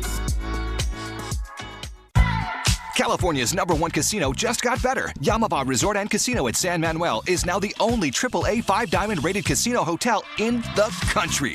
Become a Club Serrano member today and enjoy added perks like exclusive rewards at Monarch Beach Golf Links and Palms Casino Resort, Las Vegas. VIP at another casino? Trade up and take advantage of the Tier and Offer Match program at Yamava Resort and Casino. Voted #1 casino outside of Vegas by Newsweek. Details at yamava.com. Restrictions apply. Must be 21 to enter. Please gamble responsibly. Some great news for your Orange Country. Your Anaheim Ducks are currently leading this one by a score of 4-2. 10:38 remaining in the third period. Mark your calendars. Select a Seat is back at Honda Center on Sunday, May 17th. This is your opportunity to test out the seats you want for the 2026-27 season. To learn more, visit AnamDucks.com/SAS. It is a raucous and rowdy Honda Center. The Ducks 2 for 3 on the power play tonight. And Rasmus Andersson off for hooking at 9:22 of the third. A chance to extend the lead. as Anaheim trails in the series 2-1. The fourth JMG power play of the game for Anaheim. They're 2 for 3 tonight, and McTavish falls off the face-off, and a quick shot by Gauthier is gobbled up by Carter Hart. And a great job by Alex Killorn for support off that draw, and he split 2 pressure players from Vegas there en route to a short 5-foot pass right in the wheelhouse of Cutter Gauthier for the blast. Just 4 seconds came off the clock, and again McTavish to take the draw against Ben Howden. And now the linesman, Bevan Mills, backs out, gives new instructions, drops the puck. Vegas wins the draw. The clear hit Mills. And Gauthier keeps it in. Behind the net, Seneca lets it come through, and Killorn has it in the left corner. Now to the left point for Lacombe. Ducks are set up on the power play. Curling out as McTavish gets the pass. Skates into the circle with it, now turns back. Seneca sneaks from behind the net. Now he comes to the top of the left circle and plays catch with Lacombe. One-timer turned out by Carter Hart. Ducks recover down low. McTavish puts it up on the glass. Marner has it knocked away by Killorn, and around the boards waiting is Cutter Gauthier. Thinks better of the shot. Back out high to Lacombe. Bottom of the left circle. Seneca into the middle. Killorn shot. Little rebound. Oh, McTavish couldn't convert as he got wiped out by Theodore. Bouncing puck in the slot, and Howden moves it up, and look out, here comes McNabb joining the play for a short-handed rush. The pass across out of his reach. He'll one-time it right on net. Pad saved by Dostal as the Ducks get changes on the power play with now under a minute to go in the penalty to Anderson. Boy, still an effective shot there by McNabb as he was falling that down. Didn't look like much, did it? Yeah, no, it was a pass-off pad that hit off the left pad of Lukas Dostal. Mitch Marner was driving there, but he was too out of reach for the puck. Leo Carlson marches through the logo, finds Terry on the right side, rink wide for Kreider. Ducks back into the Vegas zone with half a minute to go on the power play. Terry comes over to the left boards now, and he'll feed the line. This is John Carlson. Right side, Mikhail Granlund. A patient Anaheim power play. They work it out high. One-timer from Troy Terry, and that goes wide. Around the boards, Carlson able to keep it in. John Carlson walks it to the middle, dishes to Leo off the boards. Working the right side, now top of the zone, Carlson. Again, Terry. Oh, great pass for Leo, and it went through him in the crease. All he needed was to get a piece of it. As they had Carter Hart going to his right, the puck was going to his left. Vegas clears the zone. Anderson out of the box. And the Golden Knights stay within 2 with 8.5 to go here in the third period. Anaheim with 3 shots on goal during that power play. Now 2 for 4 with the extra man tonight. And that last play, a tic-tac-toe play that almost finished off there right in front of the net by Leo Carlson. That was close, and I think it's important to note that it's the second biggest penalty drawn by Cutter Gauthier, so maybe slim on getting shots through, John, but he's making impact in other way. Yeah, well, we already mentioned the 3 assists he has as the Golden Knights get it in behind the Anaheim net. That's exactly what Joel Quenneville wanted from him. He said he wanted him to be around the puck more. Washy loosens up the puck, and Lacombe jumps into the rush right through the logo. Little drop pass, and Viel whips it wide of the Vegas net. Anaheim in the midst of a change, so an easy exit of the zone for Noah Hannafin. Former Boston College Eagle rides it around the kick plate. Seneca waits on the far side with it and sneaks it into the middle of the ice. Granlund heads for daylight on the right side and backhands it in behind Carter Hart. He sheds one check, but Rasmus Anderson reverses it around. John Carlson seals the wall. Granlund gives it to Killorn. Little 2-man game in the corners. They cycle it in behind the net now. Rasmus Anderson cuts off Killorn. Seneca gets to the puck. Rims it to Mintyukov, who will go rink wide. Right point, John Carlson with a shot. Did not get a tip, and it didn't miss by much, and it'll come around the boards and out. Well, even though that they didn't score, that was a solid last power play opportunity for the Anaheim Ducks. Vegas carries it the other way, offside into the Anaheim zone, and we're down to 6:58 to go at Honda Center. Anaheim leads game 4, 4-2 over the Vegas Golden Knights. You're listening to Duckstream, powered by TuneIn. Helping people of SoCal isn't just what we do, It's who we are at your SoCal Honda dealers. Look for our team of helpful guys and gals in blue all year long, helping by providing free gas, bringing meals to seniors, supporting teachers and veterans, handing out ice cream, and so much more. And that's not all. Every Honda dealership has sales teams ready to help you find your perfect Honda with the great deal. Search your local Honda dealer today. Anaheim, listen up. Grove of Anaheim has big concerts and comedy coming. We've got the heavy-hitting anthems of Slaughter and iconic riffs of Blue Oyster Cult. Looking for some laughs? Don't miss comedy from legends Fred Armisen and Adam Ray. And high-energy pop with Ali and AJ, playing songs from their new album and the hits that everyone knows and loves. Tickets are available right now at groveofanaheim.com. Visit EastonLawFirm.com and score big, Orange County's premier injury firm and official personal injury attorneys of the Anaheim Ducks. At Easton & Easton, our family of litigators has more than 100 years combined experience fighting the insurance companies in all types of injury accidents. With our family, every case is personal and handled by an actual attorney. Call to speak with an attorney today at 1-833-EASTONS. That's 1-833-EASTONS. Let our family help yours at EastonLawFirm.com. Visit EastonLawFirm.com to score big. Official personal injury attorneys of the Anaheim Ducks. Tonight's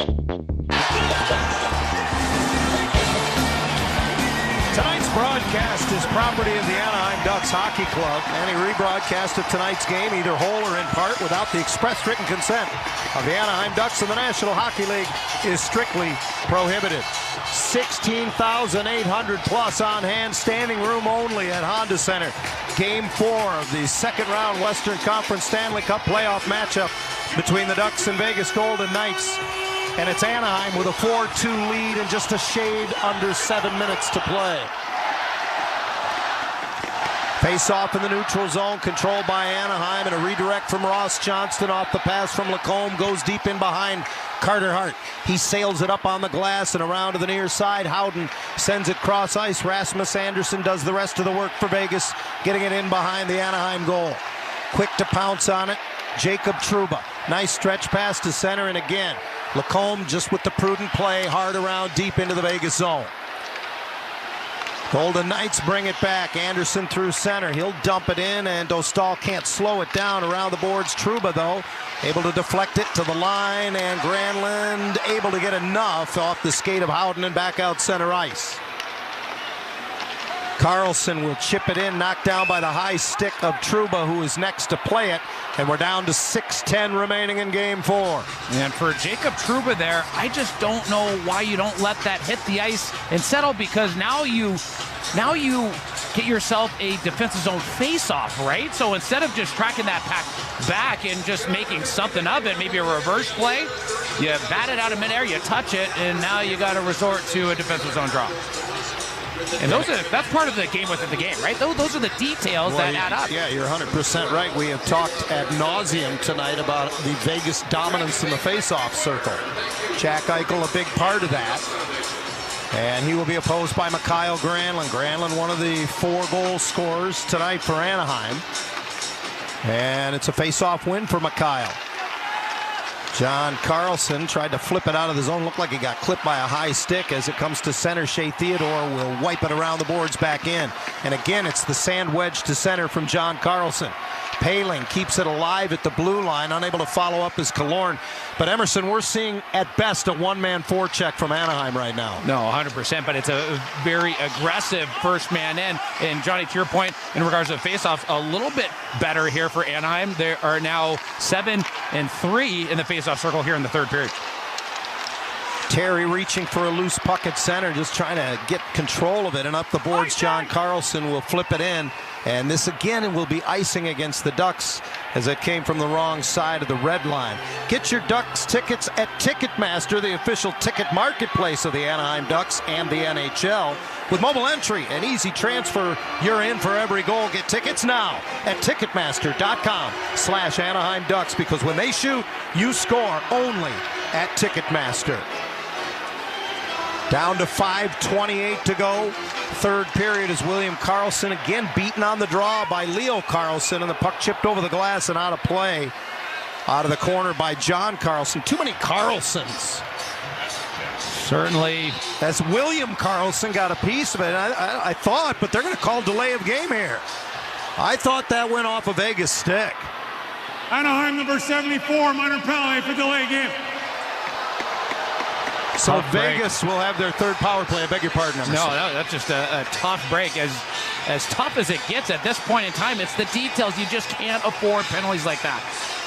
Getting a second look on the replay. Oh boy, I think they need to take a second look at that. Well, it'll be a Vegas power play when we come back. 5:24 left in Game 4. 4-2 Ducks. You're listening to Duckstream, powered by TuneIn.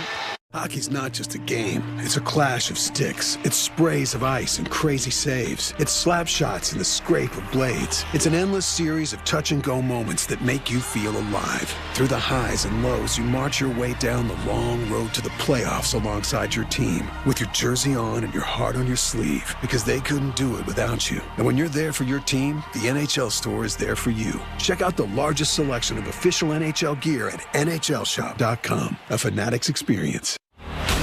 NHL fans, give yourself some great looks this season and get Anaheim Ducks tickets at Ticketmaster. As the official ticket marketplace of the Anaheim Ducks and the NHL, Ticketmaster has a wide selection of tickets available for every game, so you can catch all the action live all season long. If your plans change, you can sell or transfer your tickets, and mobile tickets make it easy to get into the arena in time for puck drop. With Ticketmaster, you'll ensure that when they shoot, you'll score.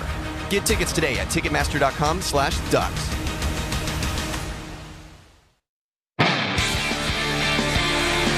5:24 to go in the third period. The Ducks have 2 goals on the Golden Knights, and now they're going back to the penalty kill. But one of the things that has been a point of emphasis going into this game tonight, the block shots for Vegas. They have been so good through this series. 16 was the lowest that they had. Right now, only at 13. Emerson, how are the Ducks finding the pucks through the lanes better?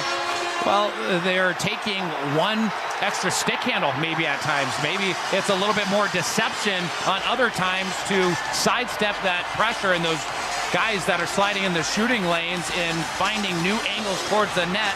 Join us for the post-game show for more great insight for AD&I. 714-439-8422 is where you can text us. Ducks began the third period on the penalty kill. They're back on the penalty kill now with just over 5 minutes left. They are 1 for 2 on the kill tonight, and off the face-off, able to ice the puck, so Vegas forced to go 200 feet. In a hurry, it's Jack Eichel across the line, stick handling wide to the right boards, pops it into the middle, Hurdle feeds it back to the line for Theodore. Left circle, Dorofeev right back to Theodore. He's attacked at the line.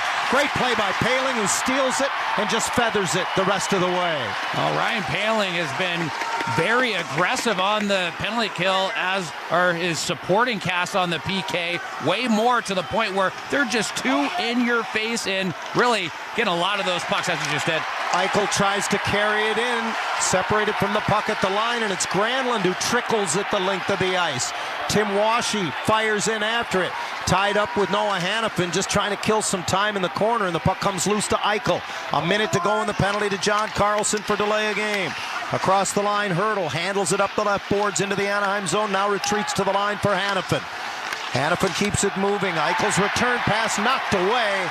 Ian Moore clears the zone. Anaheim gets a quick change on the kill, and the Golden Knights are down to 40 seconds to go in the man advantage. Well, Eichel tries to go directly back up the wall with that pass. He thought Hannafin was going to be there, but Hannafin was already going towards the middle of the ice, which made that puck out of reach. Rasmus Andersson able to gain the zone. Loose puck picked up by William Karlsson, who circles the Anaheim goal.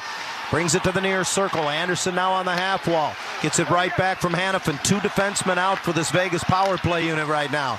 Anderson to Hannafin. He fakes the one-timer. Back to Anderson on the left side of the zone. His pass redirected right on. Dostal makes the save on the deft little touch. Redirect by Barbashev, and Anaheim clears the loose change. Yeah, luckily for Lukas Dostal, Barbashev was very high on that tip. Penalty is over. John Carlson out of the box. Anaheim 2 for 3 on the penalty kill, and John Carlson gets to a loose puck, nudging it for Leo Carlson, who gallops into the Vegas zone. Drop pass to Terry. His shot disrupted and rattles around, pinballing in front of the Vegas net. Now we'll keep an eye on Carter Hart. He's creeping out of his crease with 3 minutes to go as the Golden Knights get it deep at the other end. Terry drops down below the goal line to get a puck in the near corner. And now it's just lifted out center ice by Leo Carlson. A bouncing puck back into the Vegas zone. As now 2:45 remains, and Carter Hart just sprints to the Vegas bench. The net is empty. 6 skaters for the Golden Knights. A failed entry pass is battled for at the blue line, and Tim Washy is taken down as he tries to carry it out of the zone. Play goes on. Now jamming at it. It comes into the middle of the ice and across the line to Theodore. His pass broken up. Good job by Viel, who got a piece of it, and Ross Johnston just backhands it to center ice. A great recovery from Viel as he had his head on the swivel there, pressuring Theodore and getting his stick in the lane. Golden Knights wrap it around back into the zone. They battle at the line, and Viel and Johnston team up to clear it back. Down to 2:05 to go in the game as Hanifin collects. And 16,000 chant, let's go Ducks. 4-2 Anaheim in game 4, 2 minutes left. Hanifin drives it up the boards in behind the net. Dostal will stop it there and return it from where it came. Waiting for it is Eichel. Hanifin at the point. Keeps it in. Batted out of midair by Dorofeev. Down low for Hertl. Hertl moves it. Gets it right back behind the net. Marner out of the corner feeds the point. Theodore across to Eichel in the left circle. Back to the line. A great play as Gauthier tips it away. And he motors the other way. And a diving effort by Hanifin knocks it off his stick. Well, first it was Cutter Gauthier with the great stick, but Hanifin with the follow-up. Vegas is offside as they come back. What back-to-back great defensive efforts. One great stick caused the turnover for Cutter Gauthier, and then on the back check, a diving stick-up puck play from Noah Hanifin denies the empty netter for Cutter Gauthier. What plays? A sellout crowd of 16,800 looks up and sees only a minute 26 standing between the Ducks and evening of this second round series with the Vegas Golden Knights. Timeout taken by Vegas. On the offside, the faceoff will be in the neutral zone. Carter Hart has come back out onto the ice for the moment, but Emerson, I got to think, with the scoreboard and the positioning of this faceoff, that I think John Tortorella might just have to roll the dice here. So many coaches like to bring their goalie out, put him between the circles at the hash marks, but I don't know if there's enough racetrack left for the Golden Knights. You're 100% right on that, right? And it's one of those things, maybe if you were down by only one, you would put him in the net, but the fact that goes to show what I know. Down by 2. Carter Hart is going back into the goal crease. Well, John Tortorella, he's been around the game for a long time, so we got a bunch that he's knows his netminder situation and where his team's at in this game. A battle of 2 Stanley Cup champion coaches. Tortorella in 04 with the Tampa Bay Lightning, and of course 3 times in Chicago for Joel Quenneville, 2010, 13, and 15. And they've been matching wits for almost 4 games now. 4-2. Anaheim leads game 4. A minute 26 left in a neutral zone faceoff just outside the Anaheim blue line. William Karlsson wins the draw, and as soon as he does, they blow the play dead. They're going to do it again. Hart was on his way already to the Vegas bench.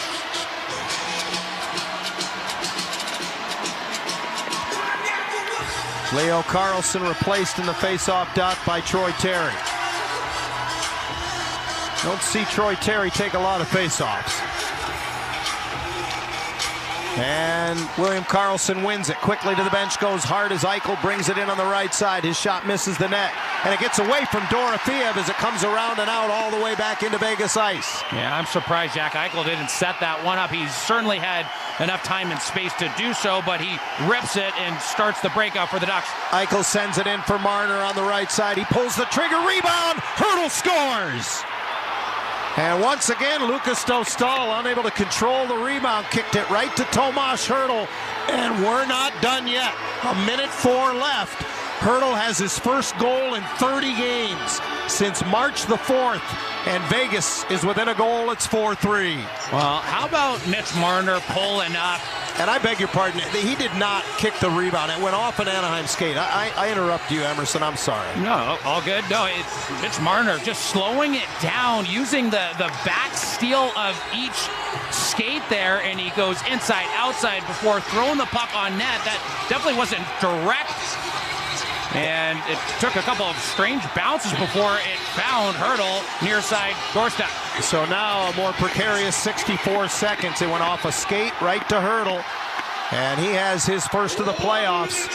And it is 4-3. Less than a minute to go as the Ducks turn it over in their own zone. Dorofeev turned away from the high slot by Dostal. To the bench goes Hart. 6 attackers. Theodore's shot ricochets in behind the net. Fed right into the crease, and Dostal will freeze it down. A great look for Pavel Dorofeev. Anaheim a little careless with the puck in their own zone.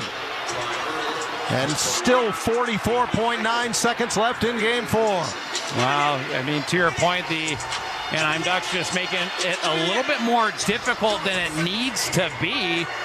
And when we talk about details, when we talk about the game within the game, again, it's puck management. It's keeping that puck to the outside. It's making sure that the opposition doesn't have a great stick length opportunity to get those inside positions, and boy, Lukas Dostal has got to do a job. Face off to the left of Dostal, just a shade under 45 seconds left in regulation of game 4. 4-3 Anaheim. Eichel to opposing, puck goes in behind the Anaheim net. Ryan Poehling is on it. On his backhand, Dorofeev leans on him in the corner. Loose puck picked up by William Karlsson. Goes behind the net. It's got Eichel at the near post now. Hurdle joins him down low. Eichel rims it around. Marner waits at the hash mark. Back for Eichel down low.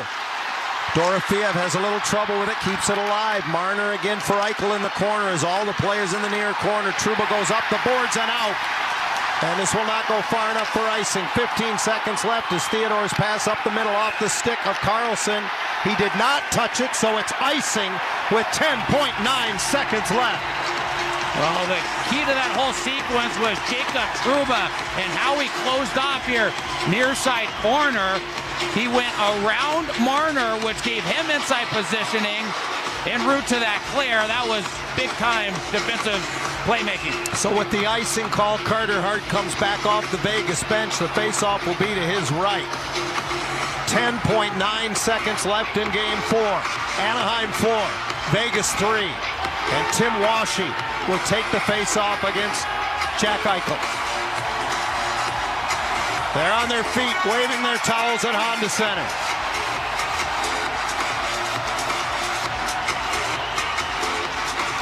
Washy draws it back. Ross Johnston to the boards. Washy tries to eat it. Ross Johnston gets in the way. Rink-wide pass to Marner, who sends it into the Anaheim zone. A bouncing puck to the corner. The clock is extinguished, and the series is tied as the Anaheim Ducks have taken game 4, 4-3 over the Vegas Golden Knights. What a team effort by the Anaheim Ducks. Just some big-time performances by the likes of Alex Collard. How about Cutter Gauthier, who maybe wasn't the pure shooter that we know him to be, but boy, was he making plays out there. Had quite the game in the Apple department. Tomas Hurdle, he led his club within one of tying it on a goal for him, assisted by Mitch Marner and Jack Eichel, but the Anaheim Ducks pushed through till the very end. Big time win. The Anaheim Ducks won. It's time to fly together to McDonald's tomorrow. SoCal residents can get a sausage, egg, and cheese McGriddle for only $2 on the McDonald's app. McDonald's app download and registration required at participating. Make it easy. You don't say. Well, that's just the sausage McMuffin on top, right? Hey, I am not going to miss out on that, Johnny. You know that. I do know that. So the Ducks do it the way they did it in the opening round against the Edmonton Oilers. They do it on the power play tonight. They go 2 for 4 with the extra man after failing on all 11 power play chances through the first 3 games of this series. And they hang on in a game in which they never relinquished the lead. We were tied twice, but our final score tonight at Honda Center in game 4. The Anaheim Ducks 4 and the Vegas Golden Knights 3. The best of 7 series is now tied at 2 games apiece. Game 5 will be Tuesday night at T-Mobile Arena in Las Vegas, a 6:30 start. Game 6 will return here to Honda Center on Thursday night with the face-off time still pending. My thanks to Yair Martinez back at the Skyview Studios, I should say. I beg your pardon. Rick Cutler was our on-site engineer. Vic Pence handled the numbers here tonight. Emerson Edom and Alexis Downey will join you in the post-game show coming up next. Until Game 5 from T-Mobile Arena on Tuesday night, the Ducks have tied the series at 2 games apiece by virtue of tonight's 4-3 victory over the Vegas Golden Knights. Anaheim Ducks hockey on the Ducks Radio Network is brought to you by UCI Help. Discover how a marsh can be healing. Get ready for a place born